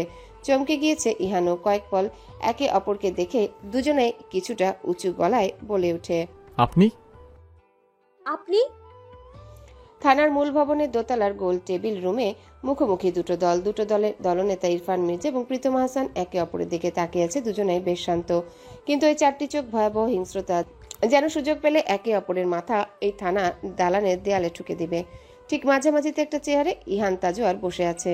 চওড়া কপাল, খাড়া নাক, সুদর্শন মুখটা দেখে বলাই যাচ্ছে ভেতরে ভেতরে সে ভীষণ ক্ষুব্ধ। প্রেরণা কামরার এক কোণের একটা চেয়ারে বসে আছে, কপালে হাত ঠেকিয়ে। ভীষণ মাথা ধরে গিয়েছে তার। হঠাৎ হঠাৎ এমন হয় দপ করে মাথাটা ভীষণ ধরে যায়। ইরফান আর প্রীতমের সব বন্ধুদের অভিভাবকেরা ইতিমধ্যে এসে পৌঁছেছে থানায়। ঘটনার শুরু আজ কনসার্টে। বাংলাদেশি ব্যান্ড মিউজিক তারকা আরাফ কৌশিকের কনসার্ট চলছিল রানার ইউনিভার্সিটির স্টেডিয়াম সমমাঠে, যেখানে ইরফান ও বোনদের নিয়ে গিয়েছিল। ইরফানের কিছু বন্ধু বান্ধবীরাও ছিল ওখানে। এসেছিল প্রীতম এবং তার বন্ধুরাও। পুরোটাই কাকতালীয়, নয়তো ইরফানের ত্রিসীমানায় স্বেচ্ছায় যাওয়ার মন মানসিকতা প্রীতম আহসানের নেই। কনসার্টের ভিড়ে দুটো চিতা নেকড়ের দলের কেউই কাউকে দেখে ওঠেনি তখনও। কিন্তু বিপত্তি বাধে যখন প্রীতমের বন্ধু সাফওয়ানের সাথে দুর্ঘটনাবশত ধাক্কা লেগে যায় ইরফানের বন্ধু অধরার। সাফওয়ান ইচ্ছাকৃত করেনি কিছুই, কিন্তু বাজেভাবে অধরার স্পর্শকাতর স্থানে ছোঁয়া লেগে যায় তার। অবশ্য এসব ঠাসাঠাসি কনসার্টে এসব স্বাভাবিক। যারা এসব সহ্য করতে পারে তারাই এসব কনসার্টে আসে। তবে অধরা ক্ষেপে ওঠে যখন দেখে ছেলেটা সাফওয়ান প্রীতমের বন্ধু। প্রীতম আর প্রীতমের বন্ধুরা ইরফান গ্যাংয়ের চোখে বিষ। অধরা তাৎক্ষণিক প্রতিক্রিয়া হিসেবে একটা চড় মারে সাফওয়ানের গালে। এটাই ছিল সূত্রপাত। ভীষণ নোংরা ঝামেলা বাঁধে সেখানে। ইরফান আর প্রীতম সমানে সমান, দুজন দুজনকে যথেষ্ট আঘাত করেছে, সাথে তাদের বন্ধুরা তো আছেই। ছোটখাটো একটা ধাওয়া পাল্টা ধাওয়া হয়েছে। অথরিটি সামলাতে না পেরে থানায় ফোন করে পুলিশ ডেকে নেয়। আপাতত সবাই চুপচাপ। আজকের মারামারিতে প্রত্যেকেই অল্প বেশি চোট পেয়েছে। প্রীতমের ফর্সা সুদর্শন গালে আরও একটা কাটা দাগ বসে যাবে বোধহয়। প্রেরণা ভাইয়ের মুখের দিকে তাকিয়ে পরপর দুবার দীর্ঘশ্বাস ছেড়ে দেয়। চশমা ভেঙে গিয়েছে প্রীতমের। প্রেরণা তার পাশ থেকে প্রীতমের একটা চশমা বের করে জামির কাছে দেয়। জামি প্রীতমের হাতে দেয়। প্রীতম চশমা পরে আপুর দিকে এক পলক তাকিয়ে মাথা নিচু করে নেয়। সে ঠিক বুঝে উঠতে পারছে না আপুর কাছে কিভাবে ক্ষমা চাইবে। প্রেরণা যে ভাইয়ের উপর ভীষণ রেগে আছে তা দেখে বোঝা যাচ্ছে। থানার ডিউটিরত ওসি নাজমুল এসে সেখানে দাঁড়ায়। ইহান তাজওয়ার উঠে দাঁড়িয়ে আন্তরিক হাসি দিয়ে তাকে বলে, ধন্যবাদ আপনাকে বিষয়টা এভাবে দেখার জন্য। এখন আমরা যেতে যাচ্ছি। হ্যাঁ, অবশ্যই যাবেন। ওসি নাজমুলের কথায় সুর প্রশ্রয়ের সব অভিভাবকরা উঠে দাঁড়ায়। নাজমুল সবাইকে উদ্দেশ্য করে বলতে থাকে, ভাগ্যিস ডিউটিতে আমি ছিলাম। শিয়াব ভাই থাকলে আজকের রাতটা আপনাদের ছেলেমেয়েদের এখানেই কেটে যেত। ওরা যা করেছে। ইরফান প্রীতম দুপক্ষের সদস্যরা নির্বিকার চিত্তে দাঁড়িয়ে আছে। এত বড় একটা ঝামেলায় পড়েও তাদের কোনো হেলদোল নেই। একদল আরেক দলকে চোখ দিয়ে ছুরিকাঘাত করছে। ইহান শান্ত চোখে ইরফানকে এক পলক দেখে নাজমুলকে বলে, থ্যাংক ইউ এগেইন। ফার্দার এমন কিছু হবে না। নাজমুল হেসে বলে, হোপসো। এনিওয়ে, আগামীকাল নতুন এসপি জয়েন করবেন, নিশ্চয়ই জানেন। জি, আমরা ওদের আগের অপেক্ষাতেই আছি। নাজমুলের সাথে ক্ষুদ্র কিছু আলাপ সেরে ইহান ইরফানকে নিয়ে বেরিয়ে পড়ে। সবাই দলে দলে নামছে। থানার গেটের কাছে এসে ইহান তাজওয়ার এবং ইরফানের সাথে পুনরায় মুখোমুখি হয় প্রেরণা এবং প্রীতম। ইহান এক পলক তার সামনে দাঁড়িয়ে থাকা চিমছাপ গড়নের ভদ্রমহিলার দিকে তাকিয়ে গাড়িতে উঠে বসে। ভাই স্কুটারে উঠতে প্রেরণা স্কুটার উড়িয়ে চলে যায়। ইহান তাজওয়ারের বিএমডব্লিউ চলতে থাকে বিপরীত রাস্তা ধরে। কিছু সময় পেরোতে ইহান নীরবতা ভেঙে গুরুগম্ভীর স্বরে বলে ওঠে, বন্ধুটাকে বুদ্ধি করে থানায় আনিসনি দেখে তোর উপর থেকে কিছুটা রাগ কমিয়ে নিলাম। তোর জন্য যদি ইনশা আর ইয়ানাকে থানায় চক্কর কাটতে হতো তাহলে তোকে কি করতাম তা নিজেও জানি না আমি। ইরফান চুপচাপ। ইহান বলতে থাকে, কাল চিটাগাং চলে যাবি অ্যান্ড ইটস ফাইনাল। দাদান, you misunderstood. It was just a enough. শুনতে চাই না আমি। রুশফের বাড়িতে ওরা। বাকি রাস্তা দুই ভাইয়ের কেউই কোনো কথা বলল না। ইনার বান্ধবী রুশফিদের বাড়ির সামনে এসে গাড়ির গতি স্লথ হয়, হর্ন বেজে ওঠে। ইনশিরা আর ইনায়াকে ঝামেলার পরপর ইরফান রুশফিদের বাড়িতে পাঠিয়ে দিয়েছিল। হর্নের শব্দ পেয়ে ইনশিরা আর ইনায়া শশব্যস্ত হয়ে রুশফিদের দোতলা থেকে নামতে থাকে। ইনায়ার অন্যান্য বান্ধবীরা আজ এসেছে রুশফিদের বাড়িতে নাইট স্টে করতে। রুশফির বাবা মা আজ বাড়িতে নেই, তাই সবকটা উঠতি বয়সী মেয়ে ইহান তাজরের গাড়ির হর্নের শব্দে হুড়মুড় করে দোতলার জানালা থেকে উকি দেয়। বলাই বাহুল্য ইনায়ার দাদানদের উপর তারা সবাই খানিক দুর্বল। দেখলেই একটা দুটো হার্টবিট মিস করে ফেলে। এই বয়সী মেয়েদের কাছে এই ধরনের পুরুষদের ভীষণ আকর্ষণীয় লাগে। এক ঝলক দেখার জন্য সবাই রীতিমতো একে অপরকে ঠেলছে, কিন্তু তাদের দুর্ভাগ্য গাড়ি ততক্ষণে চলে গিয়েছে। ভোর 4:18। সুনামি ধেয়ে আসার পূর্ব মুহূর্ত। শান্তিনীরের নিচতলার লিভিং রুমে 3 সেট সোফা দখল করে ছড়িয়ে ছিটিয়ে বসে আছে বাড়ির বড়রা। সবাই অপেক্ষা করছে। বাড়ির পোর্চের নিচে গাড়ি থামতেই ইনশিরা একটা ঢোক গিলে নেয়। এতক্ষণ সে বিশেষ পাত্তা না দিল, এখন বেশ নার্ভাস লাগছে তার। তারা মাতারানী, ওই ঝাঁসি কি রানী অদ্রিতা আলো কনসার্টে যাওয়ার অপরাধের শাস্তি হিসাবে জুতা পেটা করবে নির্ঘাত। কেউ বাঁচাতে পারবে না, স্বয়ং সামিন, ইয়াসার, মির্জাও না। দ্বিতীয় দফায় আরেকটা ঢোক গিলে ঘাড় চুলকে ইহানের দিকে তাকিয়ে নরম গলায় ডাকে, এই দাদান, প্লিজ একটু ম্যানেজ করো, আর কখনো এমন হবে না। বড় আপুকে এতটা নার্ভাস দেখে ইনার নার্ভাসনেস আকাশচুম্বী হয়ে দাঁড়িয়েছে। আজ কি হবে? এই তারকাটা মেজো দাদানের সাথে যাওয়াটাই ভুল হয়েছে। তেরছা নজরে একবার মেজো দাদানের দিকে তাকায় সে। ইরফান অস্বাভাবিক শান্ত। ইহান গাড়ি থেকে নামতে নামতে ইনশিরাকে বলে, দেখা যাক। গুটি গুটি পায়ে ভীতু বেড়ালছানার মতো দাদানের পিছু পিছু সদর দরজা পেরোয় ইনশিরা আর ইনায়া। মাথা নিচু করে রেখেছে বিধায় তখনও দুজনে দেখতে পায়নি বাড়ির সবাই লিভিং রুমে তাদের জন্য অপেক্ষারত। আকস্মিক অদ্রিতা আলোর কণ্ঠস্বর কানে যেতে দাঁড়িয়ে পড়ে দুজন। মাথা তুলে তাকাতেই দু বোন ঢোক গিলে নেয়। আলো এগিয়ে এসে মেয়েদের মুখের দিকে তাকিয়ে ইনশিরাকে একটা চর মারবে, তার আগে বলিষ্ঠ হাতে ইহান বড় মায়ের হাত ধরে ফেলে। আলো ক্ষুব্ধ কণ্ঠে বলে, স্যার আমার হাত, স্যার ইহান। ইরফান ইনশিরাকে আড়াল করে নেয়। ততক্ষণে ইনায়া ঠকঠক করে কাঁপছে। আলো ইরফানকে চেঁচিয়ে বলে, এই এই তুই ওকে আড়াল করছিস কি? আজ তো তোকে আগে দেখছি। হ্যাঁ তাই দেখো, ওদের কিছু বলো না, আমি জোর করে নিয়ে গেছি ওদের। গম্ভীর কণ্ঠে ইরফান ঠেলতে ঠেলতে ইনায়ার ইনশিরাকে দোতলা সিঁড়ির দিকে পাঠিয়ে দেয়। সামিন গম্ভীর কণ্ঠে ইরফানের দিকে তাকিয়ে বলে, একটা অন্যায় করেছো, শাস্তি অবশ্যই পাবে। ইরফান চুপ করে থাকে। ইলহাম, মির্জা, ঋতু সোফাতেই বসে থাকে চুপচাপ। ইসমাম আর পরিও শান্ত ভঙ্গিতে দাঁড়িয়ে আছে। সামিন সবার মুখের দিকে এক পলক তাকিয়ে ইরফানকে বলে, এত ছোট তো তুমি নও, ওদের নিয়ে কেন গেলে কনসার্টে? ইরফান আজ দুঃসাহসী একটা কাজ করে বসে। বড় বাবার মুখের উপরে বলে দেয়, কাম অন বড় বাবা, ওরা কি ছোট? ওরা আমার সাথে ছিল। আর তাছাড়া আমি খুব ভালো করে জানি বন্ধুর কিভাবে আগলে রাখতে হয়। হ্যাঁ, খুব আগলে রেখেছিস। তার প্রমাণ আজ পেয়েছি। নিউজ সিনক্রেট বন্ধ করে ঘরে যা। ব্রেকফাস্ট টেবিলে এই নিয়ে বিশদ আলোচনা হবে। পেছন থেকে ইহান তাজওয়ারের রাশভারী গম্ভীর আওয়াজ শুনে ইরফান মির্জা আর কিছু বলল না। সোজা হেঁটে দোতলায় চলে যায়। কনসার্টের ঝামেলা কিংবা থানার ব্যাপারটা ইহান বড়দের থেকে চেপে যায় দুটি কারণে। বড়রা দুশ্চিন্তা করবে, আর দুই, আরও কথা বাড়াবে। ইরফান দোতলায় ওঠার সাথে সাথে ইলহাম মির্জা তার বড় ভাইকে বলে ওঠে, দেখলে কেমন বার বেড়েছে। ওর একটা ব্যবস্থা করতেই হবে। মেয়ে দুটোকেও গোল্লায় নিয়ে যাচ্ছে। ইহান বাবার কথার পিঠে বলে ওঠে, তোমরা সবাই প্লিজ যার যার ঘরে যাও, পরে না হয় কথা হোক। দোতলার সিঁড়িতে বলিষ্ঠ পায়ে ধূপধাপ আওয়াজ তুলে চলে যেতেই বাড়ির বড়রা সবাই সবার মুখের দিকে তাকিয়ে থাকে। ঘুম তো কবেই উড়ে গিয়েছে। ফজরের আজান দিয়ে দিতেই সবাই ব্যস্ত হয়ে ঘরের দিকে ছোটে। 36 ঘন্টায় প্রেরণা একটা কথাও বলেনি ভাইয়ের সাথে। অনুনয় বিনয় করেও প্রীতম বোনের কাছে পাত্তা পেল না। স্বাভাবিক, এত নিষেধের পরেও একটা ঝামেলায় জড়িয়ে গিয়ে রীতিমতো থানায় ছুটতে হয়েছে এবং বোনকেও থানায় যেতে হয়েছে। জীবনে প্রথমবার নিজের প্রতি ঘৃণা লাগছে প্রীতমের। কিন্তু তারই বা কি করার ছিল? ইরফান মির্জা সব শুরু করেছে, সে শান্ত হয়ে থাকতো কিভাবে? ইরফানের কথা মাথায় আসতে চোয়াল শক্ত হয়ে যায় প্রীতমের। ফর্সা সুদর্শন মুখটা নীলচে বর্ণের হয়ে যায়। কম্পিউটারের সামনে বসে কিছু কোড সাজাচ্ছিল সে। এখন আর কাজে মন নেই। আপু রেগে গেলে এমনিতেই প্রীতমের গোটা দিন খারাপ হয়ে যায়।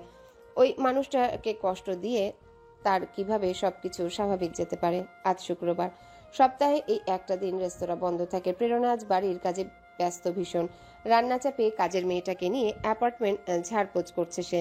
প্রণমিয়া শুদ্ধ মিস জেনির কাছে বসে গল্প শুনছে। প্রীতম ধীর পায়ে হেঁটে গিয়ে বোনের সামনে দাঁড়ায়। প্রেরণা প্রীতমকে পাত্তা না দিয়ে ওয়ালমেটগুলো মুছতে থাকে। প্রীতম খপ করে বোনের হাত থেকে ওয়ালমেট সরিয়ে নিয়ে নরম গলায় বলে, আপু প্লিজ। প্রেরণা ভ্রু কুঞ্চিত হয়, তবে সে চুপ। প্রীতম পুনরায় বলে, আপু আর হবে না। অনেকবার তো শুনলাম ভাই, আর কত? আপু আমি কি করতাম? চুপচাপ ওর মারকে চলে আসতাম, হাত ভেঙে পা ভেঙে আসতাম। তখন তোমার ভাল লাগতো? এবার যেন প্রেরণা একটু নরম হয়। ভাইয়ের দিকে তাকিয়ে বলে, তো চলে আসতি। ওর সাথে টক্কর দিয়ে তর্কেই বা যেতে হবে কেন তোর? কেন করতাম না আপু তর্ক? রীতিমতো আমাকে ইপটিজার বলল। আমি এমন? বলো তুমি, আমি কি ইপটিজার? প্রেরণা একটা ফোর্স শব্দে দীর্ঘশ্বাস ফেলে বলে, নির্ঝঞ্ঝাট জীবন কাটাতে এই শহরে এলাম, আর এইখানে প্রতিদিন কোনো না কোনো ঝামেলা হয়েই চলেছে। তোর জন্য আজও থানায় যেতে হলো, আর ওইদিকে রেস্তোরাঁয়। থেমে যায় প্রেরণা। প্রীতম কপাল কুঁচকে বোনের দিকে তাকায়, গম্ভীর কণ্ঠে বলে, রেস্তোরাঁ কি হয়েছে আপু? প্রেরণা সেন্টার টেবিলের উপর থেকে পুরনো ম্যাগাজিনগুলো সরিয়ে নিতে নিতে বলে, বাদ দে, আই উইল ম্যানেজ। প্রীতম নাছরবান্দা বোনের হাত দুটো ধরে নিজের দিকে ফিরিয়ে বলে, না তুমি বলো। কিছুক্ষণ আমতা আমতা করে প্রেরণা বলে ওঠে, ওই আমার রাইভাল পার্টি আছে না, গাজী কিচেন, ওরা খুব প্যারা দিচ্ছে রে। আজকাল বেশ রিউমার ছড়ানোর চেষ্টা করছে আমার আর রেস্তোরাঁর নামে। প্রীতমের চোয়াল শক্ত হয়, অস্পষ্ট কিছু গালি দেয়, তারপর বোনের দিকে তাকিয়ে বলে, তো তুমি আইনি ব্যবস্থা কেন নিচ্ছ না এখনো? তোমাকে তো আগেই বলেছি বেশ কয়েকবার। এত ইজি নাকি ভাই? আমরা কি ভেসে এসেছি এই শহরে, আর ওদের শেকড় এই শহরে? আরে তুই বাদ দে না, ওসব করে আবার কিচ্ছুটি করতে পারবে না ইনশাআল্লাহ। দৃঢ়তার সাথে কথাগুলো বলে প্রেরণা। বোনের হাতটা তখনও প্রীতমের হাতের মুঠিতে। প্রীতম বোনকে লক্ষ্য করে কণ্ঠে তেজ নিয়ে কথা বলতে থাকা এই ভদ্রমহিলার চেহারায় ফুটে উঠেছে অসহায়ত্বের ছাপ, যা সে চাইলেও ঢাকতে পারবে না। প্রীতম একটা ঢোক গিলে বলে, এখন এসব কাজ আর করার দরকার নেই আপু। তুমি শুধু শুদ্ধকে দেখো। আমি তো টুকটাক ভালোই উপার্জন করছি। রেস্তোরাঁ কর্মচারীদের ওপর ছেড়ে দাও। আর পারবে না আমার মনোবল ভাঙতে। এটুকু বলে প্রেরণা একটু দম নিয়ে আবারও বলে, কর্মচারীদের উপর ছেড়ে দিলে হয় না ভাই। তুই এত নাক গলাবি না তো। আর ভালো উপার্জন করছিস তো কি হয়েছে? নিজেরটা বোঝ, সেভ কর এখন থেকেই। বছর দুয়েক পরেই তো লাল টুকটুকে বউ আনবো তোর জন্য। প্রীতম ঈষৎ লজ্জা পেয়ে মাথা চুলকায়। প্রেরণা বলে, এত বোন পাগলা হোস না রে ভাই, পরে বিপদে পড়ে যাবি। নিজের উপার্জনে নিজের পরিবারের কথা চিন্তা করে এক্ষুনি টাকা সেভ কর। নিজের পরিবার মানে তুমি আমার পরিবার নও? না। স্পষ্ট জবাব প্রেরণা। তারপর বলল, এই যুগে এটা হয় ভাই? তোকে বিয়ে করিয়ে আমি আলাদা সংসার পেতে দেব তোদের দুজনের জন্য। এখনকার আধুনিক মেয়েদের বিধবা আর শারীরিক প্রতিবন্ধী ননদ দিয়ে সংসার করার মতো মন মানসিকতা নেই। তারা স্বাধীনতা চায়। মানসিকতা না থাকলে না থাকুক, আমি অমন মেয়েকে বিয়ে করতেই বা যাবো কেন? অমন মেয়েকে আমি আমার লাইফ থেকে জাস্ট গাড় ধাক্কা দিয়ে বের করে দেব, যে আমার বোনদেরকে হিংসা করবে। আমাদের মা বাবা নেই আপু, আমরা 3 ভাই বোনই 3 ভাই বোনের সাহারা। আমাদেরকে আলাদা করার চেষ্টা করা নারীর কোনো স্থান নেই আমার জীবনে। কথাগুলো শেষ করে প্রীতম ঘরে চলে যায়। প্রেরণা একা একা হাসতে থাকে ভাইয়ের কথা শুনে। এই ছেলেটার জীবনে যেন তেমন কেউ আসে যে ছেলেটাকে নিঃস্বার্থভাবে ভালোবাসবে। কলিং বেলের আওয়াজে প্রেরণার ঘোর কেটে যায়। এই সময় আবার কে এলো? প্রেরণা যাওয়ার আগেই দেখতে পায় প্রীতম দরজা খুলে দিয়েছে, তাই সে নিজের কাজে মনোযোগ দেয়। দেয়ালে ঝুল পরিষ্কার করতে থাকে উঁচু হয়ে। রাদীপ প্রীতমের দিকে তাকিয়ে বোকা বোকা হাসি এসে ভেতরে ঢুকে। আজ প্রেরণার ছুটির দিন, তাই টেরেস থেকে নামার সময় ভাবলো কোনো অজুহাতে তার কে দেখে যাবে। তার দৃষ্টি খুঁজছে প্রেরণাকে। প্রীতম খানিকটা অবাক হয়ে বলে, কিছু বলবে রাদীপ? রাদীপ তোতলে বলে, হ্যাঁ ওই মানে বিকেলে। হ্যাঁ যাচ্ছি। তুমি কি এটা বলার জন্য এসেছো? স্পোর্টস ক্লাবে যাচ্ছ তুমি? ও ওকে, বসো রাদীপ, আমি পানি আনছি। প্রীতম ডাইনিং রুমের দিকে যেতেই রাদীপ সাবধানী নজরে ভেতরের ঘরে উকি দেয়। প্রেরণা উঁচু হয়ে ওয়ালে ওয়ালমেটগুলো সাজিয়ে রাখছিল। গায়ে সুতির শাড়িটার রং লাল, আঁচলটা কোমরে গোজা। বারবার উঁচু হাত ধরুন, পেটের ক্ষুদ্রাংশ এক চিলতে ফর্সা পেট দৃশ্যমান। রাদীপের শকুনি নজর সিধা ওই নারীর কায়ার একাংশে গিয়ে আটকে থাকে। নিঃশব্দে গিলতে থাকে প্রেরণাকে। তীব্র কামনায় গলার শ্বাসরোধ হয়। লাল শাড়িতে প্রেরণাকে একটা লাল চেরি পায়ের মতোই লাগছে। রাদীপের ইচ্ছে করছে খেয়ে ফেলতে পুরো। রাদীপ। প্রীতমের ডাকে রাদীপ চমকে উঠে ঘুরে তাকায়। বোকা বোকা হাসি এসে প্রীতমের হাত থেকে ওই গ্লাসটা নিয়ে পানি খেয়ে বেরিয়ে যায় ফ্ল্যাট থেকে। প্রেরণা হাত মুছতে মুছতে বসার ঘরে এসে জিজ্ঞাসা করে, কে এসেছিল ভাই? রাদীপ। প্রেরণা ভ্রু কুচকে ফেলে। এই ছেলেটা ইদানিং নানা অজুহাতে অহেতুক তাদের বাড়িতে আসছে। প্রীতমের দিকে তাকিয়ে প্রেরণা বলে, কি বললো? তেমন কিছু না আপু, ওই ছেলেটা অদ্ভুত। হি ওয়াজ স্টেইং অ্যাট ইউ। ওকে বিশেষ পাত্তা দেবে না। গম্ভীর কণ্ঠে কথাগুলো বলে প্রীতম নিজের ঘরের দিকে যায়।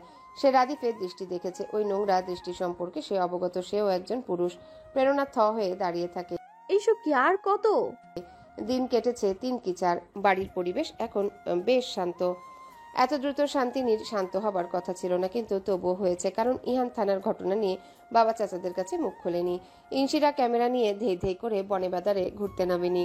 ইনায়া ট্যুরের কথা তোলেনি। ইরফান সোনা ছেলের মতো বাবা ইলহাম মির্জা আর চাচা সামিনিয়াসার মির্জার সাথে অফিসে গিয়েছে। সবাইকে শান্ত রাখতে 3 ভাই বোন পরামর্শ করে এই উদ্যোগ নিয়েছে। এতে কাজ দিয়েছে। তাই তো রাতারাতি ইনশিরা বেস্ট ফ্রেন্ডের বাড়িতে নাইট স্টে করার পারমিশন পেয়ে গিয়েছে। কিন্তু ইনশিরার নিয়ত নেক। সে অযথা বান্ধবীদের সাথে মস্তি করার জন্য আসেনি। সবাই মিলে কম্বাইন্ড স্টাডি করে গুরুত্বপূর্ণ টেস্টগুলো বুঝে নেবে। আর যাই হোক, ফাইনাল ইয়ারে রিটেক খেলে চলবে না। মাতারানী অদ্রিতা আলো, ওয়াইফ অফ সামিনিয়াসার মির্জা, তাহলে সোশ্যাল সাইটে পাত্র চাই বিজ্ঞাপন দিয়ে দিবে। নিয়ত নেক থাকলেও কোথায় কি হচ্ছে। 3 বান্ধবী মিলে বইগুলো ছড়িয়ে ছিটিয়ে রেখে কখনো যার যার বয়ফ্রেন্ডের সাথে কথা বলছে, কখনো এটা সেটা বিভিন্ন রেসিপি ট্রাই করছে। অবশেষে রাত 11:30টায় তাদের ইচ্ছে হলো ঘুরতে বেরোবে। আজ তারা স্বাধীন। সব চাওয়া তাদের মাথাচাড়া দিয়ে উঠেছে। ইনশিরা প্রথমে গাইগুই করলেও পরে তাকেই সর্বোচ্চ উৎসাহিত দেখা যায়। রক্ষণশীল পরিবারের মেয়ে হয়ে এমন স্বাধীনতা বিশেষ পায়নি সে। তুনাদের বাড়িতে তুনার বাবা মা এবং ভাই নেই। তারা কিছুদিনের জন্য ইন্ডিয়া গিয়েছে। তুনার ভাইয়ের ল্যাম্বরগিনিটা পড়ে আছে বাড়ির পার্কিং হাউসে। মনে পড়তে তুনার মাথায় দুষ্টু বুদ্ধি চাপে। ইনশিরাকে বলে, এই ইনশিরা, তুই তো ড্রাইভিং জানিস, চল না লং ড্রাইভে যাই। ইনশিরা অবাক হয়ে বলে, আমি এত রাতে ড্রাইভিং? রাত 12টা প্রায়। বাড়ি থেকে তারা বেরিয়ে পড়লো। আবাসিক এরিয়ায় মিনিট 10 ঘোরাঘুরি করে খুব সাহস জমিয়ে বুকে একটা লম্বা শ্বাস নিয়ে ইনশিরা হাইওয়েতে নামে। উদ্দেশ্য এখান থেকে ইউনিভার্সিটি রোড পর্যন্ত যাবে। ইনশিরার 2 বান্ধবী তুনা মানহা উত্তেজনায় ফেটে পড়ছে। রাতের হাইওয়ে চমৎকার উপভোগ্য একটা জিনিস। নিজেদেরকে রাজা রাজা মনে হচ্ছে তাদের। আর রাস্তার দুপাশে সারি সারি বহুতল ভবন যেন প্রজার মতো দাঁড়িয়ে তাদের কুর্নিশ করছে। তবে এই স্পিডটা তাদের আনন্দ সাদামাটা করে দিচ্ছে। অবশেষে 4 বান্ধবী মিলে চুক্তি করে স্পিড বাড়ানোর এবং ন্যাশনাল হাইওয়ে স্পিডকে বৃদ্ধাঙ্গুলি দেখে ইনশিরা ছুটে চলে সামনে। তার 2 বান্ধবী চাপাসরে মুখ থেকে আওয়াজ করছে। ইনশিরা ড্রাইভিং কৌশল দেখে অভিভূত তারা। মিনিট 5 মধ্যে 2টো চেকপোস্ট পেরিয়ে যায় তারা। চেকপোস্ট 2টো খালি। ইনশিরা অবাক হলেও বিশেষ পাত্তা না দিয়ে এগিয়ে যেতে উচ্ছ্বাসে ভাটা পড়ে তাদের হর্নের শব্দে। মানহা ঘাড় ঘুরিয়ে পেছনে তাকিয়ে দেখে এক লোক তাদের পিছু নিয়েছে। মুহূর্তের ব্যবধানে লোকটা রাশভারী গম্ভীর কণ্ঠে বলে ওঠে, স্টপ দ্য কার। ইনশিরা কপাল কুঁচকে ডানে তাকায়। বাইকার তাকে ওভারটেক করার চেষ্টা করছে দেখে সেও গাড়ির স্পিড আরেকটু বাড়িয়ে দেয়। লোকটা আরেকবার বলে ওঠে, স্টপ দ্য কার। ইনশিরা লোকটার দিকে তাকায়। হেলমেটের নিচে একজোড়া বুদ্ধিদীপ্ত চোখ। ইনশিরা চেঁচিয়ে ওঠে, Why you chasing us? I said stop the car. পুনরায় ধমকে ওঠে লোকটা।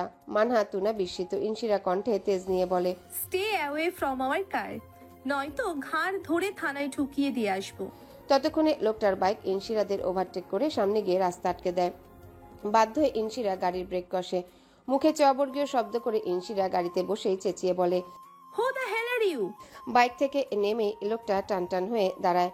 ততক্ষণে সেখানে দুজন কনস্টেবল এসে পৌঁছায় বাইক নিয়ে। ইনশিরা আর ওর 3 বান্ধবী হতবাক হয়ে আশেপাশে তাকিয়ে পুনরায় দৃষ্টি ঘুরিয়ে হেলমেট পরিহিত লোকটাকে দেখে। লোকটা হেলমেট খুলতে আরো একবার বিস্মিত হয় ইনশিরা। বুদ্ধিদীপ্ত দুটো চোখ, সুদর্শন চেহারা, চওড়া কপাল, পুরুষালী সৌন্দর্যের কোনো রকম ঘাটতি নেই ওই লম্বাটে তামাটে পুরুষটির, যে তাকিয়ে আছে তীক্ষ্ণ নজরে ইনশিরার দিকে। মুখমণ্ডলে ছেয়ে আছে গাম্ভীর্য। ইউনিফর্ম পরিহিত কনস্টেবলের মধ্যে থেকে একজন বাইক থেকে নেমে ওই বলিষ্ঠ সুদর্শন লোকটাকে বলে, স্যার। লোকটা ততক্ষণে ইনশিরা থেকে দৃষ্টি সরিয়ে কনস্টেবলকে আদেশের সুরে বলে, কল দ্য ভ্যান। 3 জনকে ভেড়ে তোলো। অ্যালকোহল ডিটেক্টর কোথায়? ইনশিরা তাজ্জব বনে গিয়েছে পুরো। মানহা চাপা স্বরে বলে ওঠে, আয় হাই, এ লোকটা পুলিশ নাকি? ইনশিরা বিশেষ পাত্তা না দিয়ে বেশ কর্কশ কণ্ঠে প্রশ্ন ছুড়ে। এই কে আপনি? লোকটা ইনশিরার দিকে তাকায়। ঠোঁটের এক কোণ ত্যাগ চিলতে বাঁকা হাসি ফুটেও মিলিয়ে যায়। তার পাশ থেকে একজন কনস্টেবল বলে ওঠে, গলা নামিয়ে বাচ্চা, ইনি নতুন superintendent of the area police. ইনশিরার সাথে সাথে চোখ বড় বড় করে লোকটার দিকে তাকায়। বুদ্ধিদীপ্ত চেহারায় কঠিন দৃষ্টি। একটা ঢোক গিলে নেয় ইনশিরা। ইনি পুলিশ সুপার। আর তাকে কিনা ইনশিরা বলছে, ঘাড় ধরে থানায় ঢুকিয়ে দেব। পরপর আরো দুবার ঢোক গিলে ইনশিরা ফেল করে তাকিয়ে থাকে লোকটার দিকে। লোকটা গম্ভীর কণ্ঠে দাঁতে দাঁত চেপে বলতে থাকে, হাই, আই এম ওয়েন ফর আসি। তো থানায় যাওয়া যাক। থানার গোল টেবিলে 3 জন তরুণী, নিঃসন্দেহে 3 জন রূপবতী তরুণী বসে আছে। কনস্টেবল থেকে শুরু করে ডিউটিরত ঊর্ধ্বতন অফিসাররা চোখ গোল গোল করে তরুণীদের দেখছে। এদের মধ্যে এই থানার পুরনো কর্মকর্তা কর্মচারীরা থাকলে ইনশিরাকে চিনে নিত, কিন্তু এই শিফটের অফিসার এবং কনস্টেবলগুলো নতুন, ইনশিরাকে চিনতে পারেনি। ইনশিরা হুডির টুপি তুলে মাথাসহ চোখ পর্যন্ত ঢেকে বসে আছে। কোনো প্রকার নড়চড় নেই। রাগে জিদে দাঁত দিয়ে ঠোঁট কামড়ে বসে থাকলেও উৎকণ্ঠা ভয়ে সে রীতিমতো জড়সড় হয়ে গিয়েছে। মানহার তুনা কপালে হাত দিয়ে ঝিমোচ্ছে। ওদের মধ্যে মানহা খানিক ভীতু প্রকৃতির, কান্না পাচ্ছে তার, কিন্তু ইনশিরা ভয়ে কাঁদছে না। থানার কিছু অল্প বয়সী কনস্টেবল থানা প্রাঙ্গণে চা খেতে খেতে বারে বারে ইনশিরাদের দেখছে আর চাপাসরে হাসছে। অদম্য কৌতূহল তাদের চোখে। দেখতে শুনতে ভালো ঘরের বড়লোক মেয়েগুলোকে এসপি স্যার নিজে ধরে এনেছেন।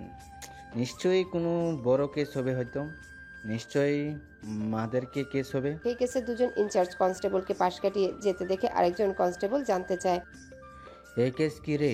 এরা কারা? মদ খেয়েছে নাকি?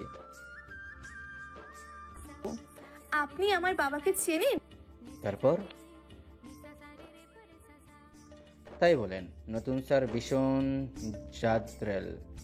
18 ঘন্টা হলো এই থানায় পা দিয়েছে, আর তাতেই দুপুরে ওসি স্যার তার অফিস থেকে বাত্তি ইঁদুরের মতো মুখ করে বের হয়েছে। নিশ্চয়ই কড়া ধমক খেয়েছে। বাকি কথা শেষ করতে পারলো না কেউই। গেট থেকে একটা নীল রঙের গাড়ি থানা প্রাঙ্গণে এসে থামে। গাড়ি থেকে নেমে পড়ে শুভ্র পাঞ্জাবি এবং কোটি পরিহিত স্বয়ং সামিন ইয়াসার মির্জা এবং ইহান তাজওয়ান মির্জা। চাচা ভাতিজা হন্তদন্ত এফআইআর ডেস্কে গিয়ে জানতে চায় ইনশিরা নামের মেয়েটির কথা। সামিন ইয়াসার মির্জা পলিটিক্স ছেড়েছেন, বহু বছর হয়েছে ঠিকই, কিন্তু এই শহরে তাকে সমীহ করে চলে সবাই। যারা ওই মুখটা চেনে, শ্রদ্ধাভাজন ব্যক্তিত্ব হিসেবে সামিন ইয়াসার মির্জা আজও সমাদৃত। কনস্টেবল 2 জন এগিয়ে এসে সালাম দিতে সামিন সালামে জবাব দিয়ে বলে, ইনশিরা, তাকে কোথায় রাখা হয়েছে? পেছন থেকে একজন এসে জবাব দেয়, ইনশিহার। কিন্তু সে তো। সামিন ঘুরে তাকায় কনস্টেবলের দিকে। ইহান কনস্টেবলকে বলে ওঠে, ইনশিয়ার শারমিন ইয়াসির মির্জার মেয়ে, তাকে কোথায় রাখা হয়েছে? হতভম্ব হয়ে যায় দাঁড়িয়ে থাকা কনস্টেবলগুলো। মেয়েটা সামিন ইয়াসার মির্জার মেয়ে।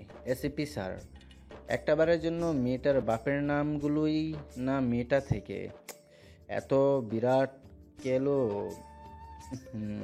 হয়ে গেল। একজন কনস্টেবল নিজের হতভম্ব ভাব কাটিয়ে এগিয়ে এসে বলে, গোল টেবিল চত্বরে আসুন আমার সাথে। পুরনো দালানের কনস্টেবলরা একে অপরের মুখ চাওয়াচাই করছে, তাদের চোখে মুখে বিস্ময় ভাব। ডেস্কের উপরে নেম প্লেটটাতে মেটালের গোটা গোটা হরফে লেখা মুইন ফরাজি। 31 বছরের তাগড়া একজন পুরুষ, 59তম BCS এর উত্তীর্ণ, দৃঢ় আত্মপ্রত্যয়ী, চৌকস একজন দেশসেবক। স্বল্পদিনের পেশাগত জীবনে বরাবরই নিজেকে উপযুক্ত প্রমাণ করে এসেছে। তুখোড় মেধাবী, বুদ্ধিদীপ্ত তরুণ এবং গুরুগম্ভীর এই নতুন এসপি স্যারকে অধীনস্থ কর্মকর্তারা প্রথম দর্শনে মেপে ফেলেছে ডিপার্টমেন্টের একজন জাদ্রেল কর্মকর্তা হিসেবে। থানায় পা রাখার 3 ঘন্টার মাথায় যেই লোক পুরনো কেস হাতে নিয়ে সাংবাদিকদের সাথে প্রেস ব্রিফিং করে এবং রাতে হাতে করে আসামি নিয়ে আসে থানায়, তাকে নিঃসন্দেহে জাদ্রেল তকমা দেওয়া যায়। পুলিশ সুপারের কার্যালয়ের মূল ভবনে তার কেবিনের সামনে এসে কনস্টেবল বদরুল দাঁড়িয়ে ডাকে। মুইন ফরাজি কিছু ফাইল ঘাটাঘাটি করছিল। তীক্ষ্ণ বুদ্ধিদীপ্ত দুটি চোখে কালো মোটা ফ্রেমের রিডিং চশমা, চুলে ট্রিম ছাড় দেওয়া, গায়ে ব্রাউন কালারের একটা জ্যাকেটের নিচে কালো রঙের টি শার্টে আড়াল হয়ে আছে তার সুগঠিত সুঠাম শরীর। হাতের ফাইলটা থেকে মুখ তুলে বদরুলের দিকে তাকিয়ে সে গম্ভীর কণ্ঠে বলে, আসুন। বদরুল কেবিনে ঢুকতেই মুইন ফরাজি বলে, এখন কোয়ার্টারে ফিরবো আমি। ওসি সাহেবকে বলুন মেয়েগুলোকে সেফলি পরিবারের লোকের কাছে হ্যান্ড ওভার করতে। পরিবারের লোক এসছে, এদের ব্যাকগ্রাউন্ড কি? ফাইল দেখতে দেখতে গাছাড়া ভাব নিয়ে প্রশ্নটি করে মুইন, যেন উত্তর শুনতে তার কোনো আগ্রহ নেই। ওই হবে হয়তো কোনো শিল্পপতির মেয়ে। বদরুল মাথা নেড়ে বলে, সবকটাই ভদ্র ফ্যামিলির, ক্লিন ব্যাকগ্রাউন্ড। স্যার, মানহা নামের মেয়েটির বাবা মা ডাক্তার, তুনা নামের মেয়েটি কনভেন্স মালিকের মেয়ে। আর স্যার, ইনসিনার নামের মেয়েটি যে গাড়ি ড্রাইভ করছিল তার বাবা এই আসনের সাবেক একজন সংবাদ ছিলেন, শামীম ইসাসার মির্জা। আচমকা মাথা তুলে বদরুলের দিকে তাকায় মুইন। স্যারের এমন চাহনি দেখে বদরুল মিইয়ে যায়।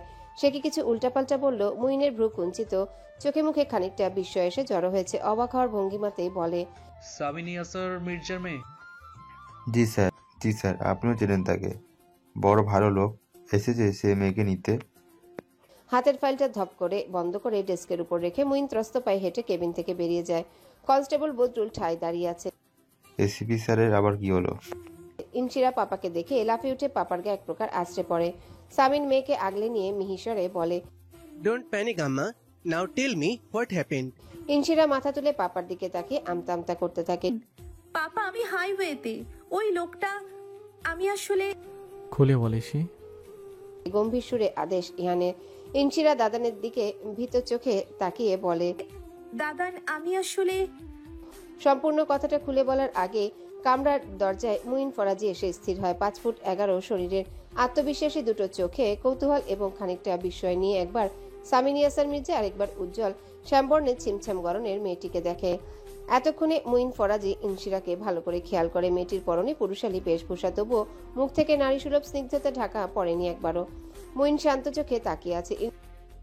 এই কি সেই ছোট্ট বদল? ইনশিরা একবার গলা খাকারি দিয়ে অনেকটা সাহস নিয়ে পাপাকে সত্যিটা বলতে যাবে, তখনই দরজার কাছে টান টান হয়ে দাঁড়িয়ে থাকা মুইন ফরাজি গম্ভীর কিন্তু নম্র স্বরে ডেকে ওঠে, শামিন বাবা।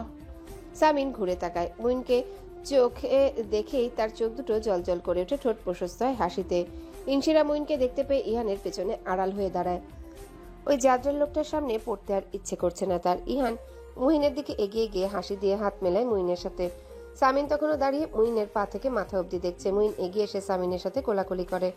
সামিন হেসে মুইনের পিঠে চাপড় মেরে বলে, এভাবে দেখা হবে ভাবিনি। কেমন আছে বাবা? মুইন একবার সামিন আরেকবার ইনশিরার দিকে তাকে অস্ফুটে বলে, আলহামদুলিল্লাহ সামিন বাবা, আপনি? আল্লাহ ভালো রেখেছেন বাবা। ইহান পাশ থেকে বলে, একটা প্রবলেম হয়েছে আসলে ওই ইনশিয়ার, ওকে একটু আগে। আই নো, আমি নিয়ে এসেছি থানায়। ইহানকে পুরো কথাটা বলতে না দিয়ে মুইন বলল। সামিন আর ইহান বিস্মিত, রীতিমতো হতবাক হলেও স্বাভাবিকভাবে দাঁড়িয়ে থাকে দুজনই। ইহান ঘাড় ঘুরিয়ে বোনকে দেখে। ইনশিরা, তুনা আর মানহা অন্যদিকে ঘুরে দাঁড়িয়েছে সাথে সাথে। মুইন দরাজ গলায় বলতে থাকে, ড্রাইভিং লাইসেন্স ছাড়া গাড়ি নিয়ে যে হাইওয়েতে উঠেছে এবং ট্রাফিক রুলস ভেঙেছে। সামিন ইয়াসার নিজের কন্যার দিকে তাকায়। মুইন আরেকবার ইনশিরার দিকে তাকিয়ে সামিনকে গম্ভীর স্বরে বলে, is she your daughter Samin বাবা? সামিন ইয়াসার মাথা নাড়ায়। মুইন ইনশিরাকে দেখে। চওড়া কপাল, আত্মবিশ্বাসী চেহারা জাদ্রেল কর্তব্যপরায়ণ অফিসারের মুখভঙ্গি অদ্ভুত, ভীষণ অপ্রস্তুত হয়ে পড়েছে। অত্যল্পকাল পরে নিজের স্বভাবে ফিরে আসে, গাম্ভীর্য ফেরে মুখে। সামিন মুইনের কাঁধে একটা হাত রেখে বলে, অপ্রস্তুত হচ্ছ কেন? আমার মেয়ে জানলে তুমি আমার দায়িত্ব পালন করতে না। তুমি উচিত কাজ করেছো বাবা। মুইন স্মিত হাসে। ইনশিরা ভাইয়ের পেছন থেকে কচ্ছপের মতো মাথা বের করে সব দেখছে। ওই জাদ্রিল অফিসারের সাথে পাপার এত ঘনিষ্ঠ সম্পর্ক কিভাবে তা সে জানে না। এখন অবধি দাঁতে দাঁত চেপে আছে সে। কানের কাছে বাজছে ওই লোকটার সেই ভূমিকম্পের ন্যায় ধমক। আমি তোমার বাবাকে চিনতে চাই না, বাট তুমি আমাকে চিনে রাখতে পারো। আমি মুইন ফরাজি। ভদ্রভাবে ভ্যানে ওঠো, নয়তো লেডি কনস্টেবলরা টেনে স্টোর হবে। অ্যান্ড তোমার বাপের নাম এসে তোমাকে অত ইজিলি আমার হাত থেকে ছাড়িয়ে নিতে পারবে না। ইনশিরার চোখ মুখ কঠিন হয়ে যায় দৃশ্যটা মনে পড়তে। হাত মুষ্টিবদ্ধ করে দাঁড়িয়ে আছে সে। তার দৃষ্টি সামনের দিকে। দেখতে পাচ্ছে পাপা আর দাদান ওই লোকটার সাথে হেসে হেসে কথা বলছে। মানহাকে তার মাম্মা পাপার হাতে তুলে দেওয়া হয়েছে। তুনা আর ইনশিরা অপরাধীর ন্যায় দেয়ালে ঠাস দিয়ে দাঁড়িয়ে আছে। তারা এখন পুলিশ সুপারের কার্যালয়ে মুইনের কেবিনে। একজন কনস্টেবল এসপির কামরায় ঢুকে মুইনকে বলে, sir, dope test report negative. Muin এক পলক সামিন আর ইহানের দিকে তাকিয়ে কনস্টেবলকে বলে, যার রিপোর্ট তাড়াতে দিন। কনস্টেবল হঠাৎ দাঁত বের করে নিশ্চুপ হেসে ইনশিরার হাতে রিপোর্টটা দিয়ে যায়। ইনশিরা ফ্যাল করে তাকিয়ে আছে রিপোর্টের দিকে। মুইন ফরাজি তার ট্রিমকার চুলে ঘাড়ের কাছে হাত বুলিয়ে সামিনের দিকে তাকায়। এবার তাকে বিনয়ী লাগছে। ইহান তাজওয়ার পরিস্থিতি স্বাভাবিক করতে বলে ওঠে, কটা নাগাদ এলে? সকাল 9টা। তোমার ব্রিফিং দেখলাম, খুব সুন্দর করে সাংবাদিকদের সামলাচ্ছ। হলুদ সাংবাদিকরা তো মুখে জুতা মারলো। মুইন এক পলক ইনশিরার দিকে তাকায়। ইনশিরা কপাল কুঁচকে তার দিকে তাকিয়েছিল। হঠাৎ মুইনের দৃষ্টিতে দৃষ্টি মিললে সে মাথা নিচু করে ফেলে। সামিন মুইনকে বলে, তোমার আন্টি দুপুরেই আমাকে বলেছিল তোমাকে ধরে নিয়ে যেতে। মুইন বিনয়ী হাসে। কিছু বলতে যাবে তখনই একজন কনস্টেবল 5 কাপ চা নিয়ে ভেতরে ঢুকে। 3টা কাপ মুইন ফরাজি, সামিন, ইয়াসার মির্জা এবং ইহান তাজওয়ার মির্জার হাতে দিয়ে অবশিষ্ট 2টো কাপ নিয়ে বোকার মতো দাঁড়িয়ে থাকে কনস্টেবল। মুইন ফরাজি ইনশিরার দিকে না তাকিয়ে কনস্টেবলকে বলে, ওনাদের দিন। ইনশিরা দাঁতে দাঁত চেপে দাঁড়িয়ে থাকে। তখন আজে বাজে যা নয় তাই বলে বাড়াবাড়ি রকমের ধমকাধমকি করে এখন চা খাওয়াবে? আশ্চর্য লোক তো। কনস্টেবল পুনরায় দাঁত বের করে ইনশিরার দিকে চায়ের কাপ হাতে এগিয়ে যেতে ইনশিরা নিচু কিন্তু গম্ভীর কণ্ঠে বলে, নো থ্যাঙ্কস। মুইন ফরাজির ঠোঁটের কোণে এক চিলতে সূক্ষ্ম হাসি রেখা ফুটে উঠে মিলিয়ে যায়। সে চুপচাপ চায়ে চুমুক দিয়ে ইহান তাজরের সাথে আলাপ করতে থাকে। ইনশিরা দাঁড়িয়ে থাকে ল্যাম্পপোস্টের মতো, হাতে তার দলিল। সে মদ খেয়ে গাড়ি চালাচ্ছিল না, তার প্রমাণ। দীর্ঘ আলাপ শেষে সামিন আর ইহান উঠে দাঁড়ায়। পুনরায় করমর্দন করে ইনশিরাকে নিয়ে কেবিন থেকে বেরিয়ে যায়। তারা যাওয়ার আগে ইনশিরা অহেতুক এক পলক দৃষ্টি দেয় মুইন ফরাজির দিকে। মুইনের মুখভঙ্গি গম্ভীর, দৃষ্টি শান্ত, সোজা হয়ে বসে আছে। ইনশিরা তার বাবা ভাইয়ের সাথে বেরিয়ে যেতেই মুইন দরজার দিকে বেশ কিছু মুহূর্ত তাকিয়ে থেকে টেবিলের উপর থেকে একটা ফাইল তুলে নেয়। দৃষ্টি হাতের লাল রঙের ফাইলটাতে থাকলেও আনমনে হেসে সে দরাজ গলায় বিড়বিড় করে আওড়ায়, ভালো মানুষ বাপের বকে যাওয়া কন্যা। ইন্ডাস্ট্রি। থানা রোড থেকে বেরিয়ে গাড়ি হাইওয়ে ধরে এগিয়ে যাচ্ছে। পুরো রাস্তায় তুনা এবং ইনশিরা চুপচাপ ছিল। তুনাকে তাদের বাড়িতে ড্রপ করে দিয়ে গাড়ি পুনরায় স্টার্ট করে ইহান। সামিন এতক্ষণে মেয়ের মুখের দিকে তাকায়। ইনশিরা তখন থেকেই বোকার মতো ডোপ টেস্টের রিপোর্টটার দিকে তাকিয়ে আছে। এই 1 ঘন্টায় তার উপর দিয়ে কি গেল কিছুই বুঝতে পারছে না। শুধু কানের কাছে কথা বাজছে। কেউ কর্কশ্বরে কনস্টেবল দুটোকে বলছে, ডোপ টেস্টের রিপোর্ট পজিটিভ পেলে চার্জ লাগিয়ে একেবারে 14 শিকের উপাসে ঢুকিয়ে দেবো। ডোপ টেস্টের রিপোর্ট পজিটিভ আসবে কেন? ইনশিরা কি এত বকে যাওয়া মেয়ে? সে মদ খায়? ওই লোকটা এমন ভাবে বলছিল। ইনশিরার আচরণে কি মনে হয়েছে ইনশিরা ড্রাঙ্ক? ইনশিরার কথা শুনে মাতাল মনে হয়েছে? তো বকাটে ছেলেদের মতো পিছু নিলে তো অমন কটু কথা তো শুনবেই। ওই লোকটার দোষ নেই, সিভিল পোশাকে আসামি ধরে, আনপ্রফেশনাল ফালতু লোক। ইনশিরার জীবনে এতটা অপমানিত কখনো হয়নি। মাতারানী অদ্রিতা আলো, ওয়াইফ অফ সামিন ইয়াসার মির্জা যখন চপ্পল উঠিয়ে মারে তখনও ইনশিরা এতটা অপমানিত বোধ করে না। আজ ওই কনস্টেবলগুলো কেমন দাঁত বের করে হাসছিল। আমা। ইনশিরার ঘোর কাটে ইয়াসার মির্জার ডাকে। পাপার দিকে এক পলক তাকিয়ে ইনশিরা মাথা নিচু করে ফেলে। ড্রাইভ করতে করতে ফ্রন্ট মিররে বাবা মেয়ের দিকে তাকে ইহান ম্লান হাসে। সামিন কণ্ঠস্বর স্বাভাবিক রেখে বলতে থাকে, আম্মা, আপনাকে তো কমেন্ট স্টাডি করার জন্য তুনাদের বাসায় যাওয়ার পারমিশন দেওয়া হয়েছিল। আপনি হাইওয়েতে কি করছিলেন আম্মা? ইনশিরা কিছুক্ষণ চুপ করে থেকে বলে, পাপা আর হবে না। ইহান মৃদুস্বরে হেসে ফেলে। হাসে সামিনও। ইনশিরা একবার পাপা আরেকবার ভাইয়ের দিকে অবাক হয়ে তাকায়। সামিন হাসি থামিয়ে বলে, আর হবে না? এই কথাটা এই যাবৎ কতবার বললেন আম্মা? ইনশিরা দমে যায়। এরপর তার আর কিছু বলার থাকে না। সে মেনে নিল সে অপরাধী। আত্মপক্ষ সমর্থনের সুযোগ রইল না আর। সামিন মেয়েকে বলতে থাকে, পড়াশোনায় মন নেই আম্মা আপনার? অসুবিধা নেই, স্বামীর বাড়ি পাঠিয়ে দেব। রাতেতে ওঠে। ইহান গম্ভীর কণ্ঠে বলে, আওয়াজ নিচে নিশি, কখনো একটা ধমক দিয়ে না তো তোকে, তাই ভাবছি যা খুশি করবি। ইরফানের সাথে কাল থেকে অফিসে বসবি, পাশাপাশি ঠেলে ঠুলে গ্র্যাজুয়েশন কমপ্লিট করতে হবে। এনা ভয়েসে ইনশিরা মুখ ভার করে বসে থাকে। সামিন মেয়েকে এক হাতে কাছে টেনে মাথায় হাত বুলিয়ে দিতে দিতে বলে, আচ্ছা পাঠাবো না স্বামীর ঘরে, আপনার স্বামীকেই আমাদের বাড়িতে আনবো, ঠিক আছে আম্মা? ইনশিরা হেসে ফেলে। হাসে ইহানও। ড্রাইভ করতে করতে আফসোস করার ভঙ্গিতে বলে, বড় বাবা, ওরা এত দ্রুত বড় হয়ে যাচ্ছে কেন? আমার ওদের শ্বশুর শাশুড়ি পাঠিয়ে কিভাবে থাকবো? ইনশিরা মাথা নিচু করে ফেলে। সামিন মেয়ের মুখের দিকে তাকায়, বেরিয়ে যায় একটা দীর্ঘশ্বাস। সবসময় নিজের শ্বশুর শ্রদ্ধেয় মরহুম আতাউর আলমের নিজের কন্যার প্রতি ইমোশন নিয়ে সময়ে সময়ে মজা ওড়ানো সামিন ইয়াসার মির্জার হয়তো সময় হয়ে এসেছে হাড়ে হাড়ে টের পাওয়া মেয়ে সন্তানের পিতা হলে কেমন লাগে। দেখতে দেখতে 25-এ পা দিয়েছে মেয়েটা। আর কতদিন? আর তো মাত্র অল্প কিছুদিন, নয়তো তারও একটু বেশি দিন। আজীবন তো পারবে না মেয়েকে কাছে রাখতে। এত আদরের মেয়েকে তুলে দিতে হবে অন্য কারো হাতে। প্রসঙ্গ পাল্টিয়ে সামিন মেয়েকে বলে, এসপি বেশি বকাবকি করছে? ইনশিরা মাথা নাড়ে। ইহান কি বলছে? কি বলে বকছে? সো কল পাপা কি পড়ি? হাসে। সামিনও হেসে বলে, কিন্তু এইটা তো সত্যি কথা, তুমি তো তোমার পাপার পরি, এটা তো গালি না। এটা গালি পাপা, তুমি বুঝবে না। ইনশিরা কাটকাট বলে জানালায় দৃষ্টি দিয়ে থাকে। গাড়ি হাইওয়ে থেকে আবাসিক এরিয়ে ঢুকে পড়ে। ইনশিরা পাপার কাঁধে মাথা রেখে ধিমি আওয়াজে বলে, পাপা। জি আম্মা। পাপা মাম্মা জানে? না, বড় মা জানে না। তুই অসুস্থ বলে বুঝতে আমি আর বড় বাবা এসেছি। বাড়ি ফিরে চুপচাপ ঘরে ঢুকে দরজা লেগে ঘুমায়। ভারী কি ভাব ইহানের স্বরে। ইনশিরা হাই তুলতে তুলতে বলে, তুমি খুব ভালো দাদান, পৃথিবীর সব থেকে ভালো দাদান। পৃথিবীর সব থেকে সুন্দর মনের মেয়ে যেন তোমার বউ হয়। ইহান বোনের কথায় কোনো পাত্তা না দিয়ে গাড়ি শান্তিনীলের গেটের ভেতরে ঢোকায়। সামিন মেয়ের কথা জবাবে বলে, সেটাই, পৃথিবীর সবচেয়ে সুন্দর মনের মানুষগুলোই যেন আমার ছেলে মেয়েগুলোর জীবনে আসে। ইহান গাড়ি থামিয়ে সামিনের দিকে তাকায় বলে, যেমন তুমি এসেছিলে বড় মা জীবনে জোর করে। হ্যাঁ, তুইও মানিস আমি ভালো মনের মানুষ, শুধু তোর বড় মেয়ে স্বীকার করতে চায় না কখনো। ইনশিরা হাই তুলতে তুলতে বলে, বাদ দাও তো মাম্মার কথা, মাম্মা একটু বেশিই বোঝে, একটু বেশিই বাড়াবাড়ি করে। সামিন হেসে বলে, ঠিকই বলেছেন আম্মা, আপনার আম্মা একটু বেশি বোঝে, বেশি বাড়াবাড়ি করে, কিন্তু তার ওই বেশি বোঝা বেশি বাড়াবাড়ি করার কারণে সে আপনার আম্মা, ভুলে যাবেন না। ইনশিরা হেসে একটা গভীর নিঃশ্বাস ফেলে বিড়বিড় করে বলে, থ্যাঙ্কস থ্যাঙ্কস আল্লাহ, মাম্মাকে বেশি বোঝার, বেশি বাড়াবাড়ি করার তৌফিক দেওয়ার জন্য। মাম্মার পরিবর্তে অন্য কোনো মহিলা আমার মাম্মা হলে ঠিক জমতো না। সামিনিয়া স্যার হেসে ফেলে মেয়ের কথা শুনে। ইহান তাজওয়ার বোনের কান ধরে বলে, চল বুড়ি, ইনিয়ার থেকে কম দুষ্ট নস তুই। স্পোর্টস ক্লাবে প্রীতম আজ অনেকদিন পরে পা রাখলো। কর্মজীবনে ব্যস্ততা বাড়তে আর আশা হয় না এদিকটায়। প্রেসিডেন্ট হিসেবে যতটুকু দায়িত্ব ততটুকু পালন করে। লোকে ফার্স্ট বেঞ্চার মেধাবী ছাত্র প্রীতম আহসানকে পড়ুয়া নিরীহ ঠান্ডা মানুষ হিসেবে জেনে এসেছে ছোট থেকে, আদতেও তাই। প্রীতম মনে প্রাণে একজন জেন্টলম্যান, যতক্ষণ পর্যন্ত কেউ তাকে রাগিয়ে না দেয়। এই শহরে প্রীতমের কেটেছে 8 বছর। 4 বছর হলো প্রেরণাদের নিয়ে এসেছে এখানে। নিজেকে বেশ খাপ খাইয়ে নিয়েছিল প্রীতম। শুধু ইরফান মির্জা নামের বড়লোকের বুকে যাওয়া একটা ঘাড় বাঁকা ছেলে ব্যতীত প্রীতমের লাইফে কোনো প্রবলেম নেই।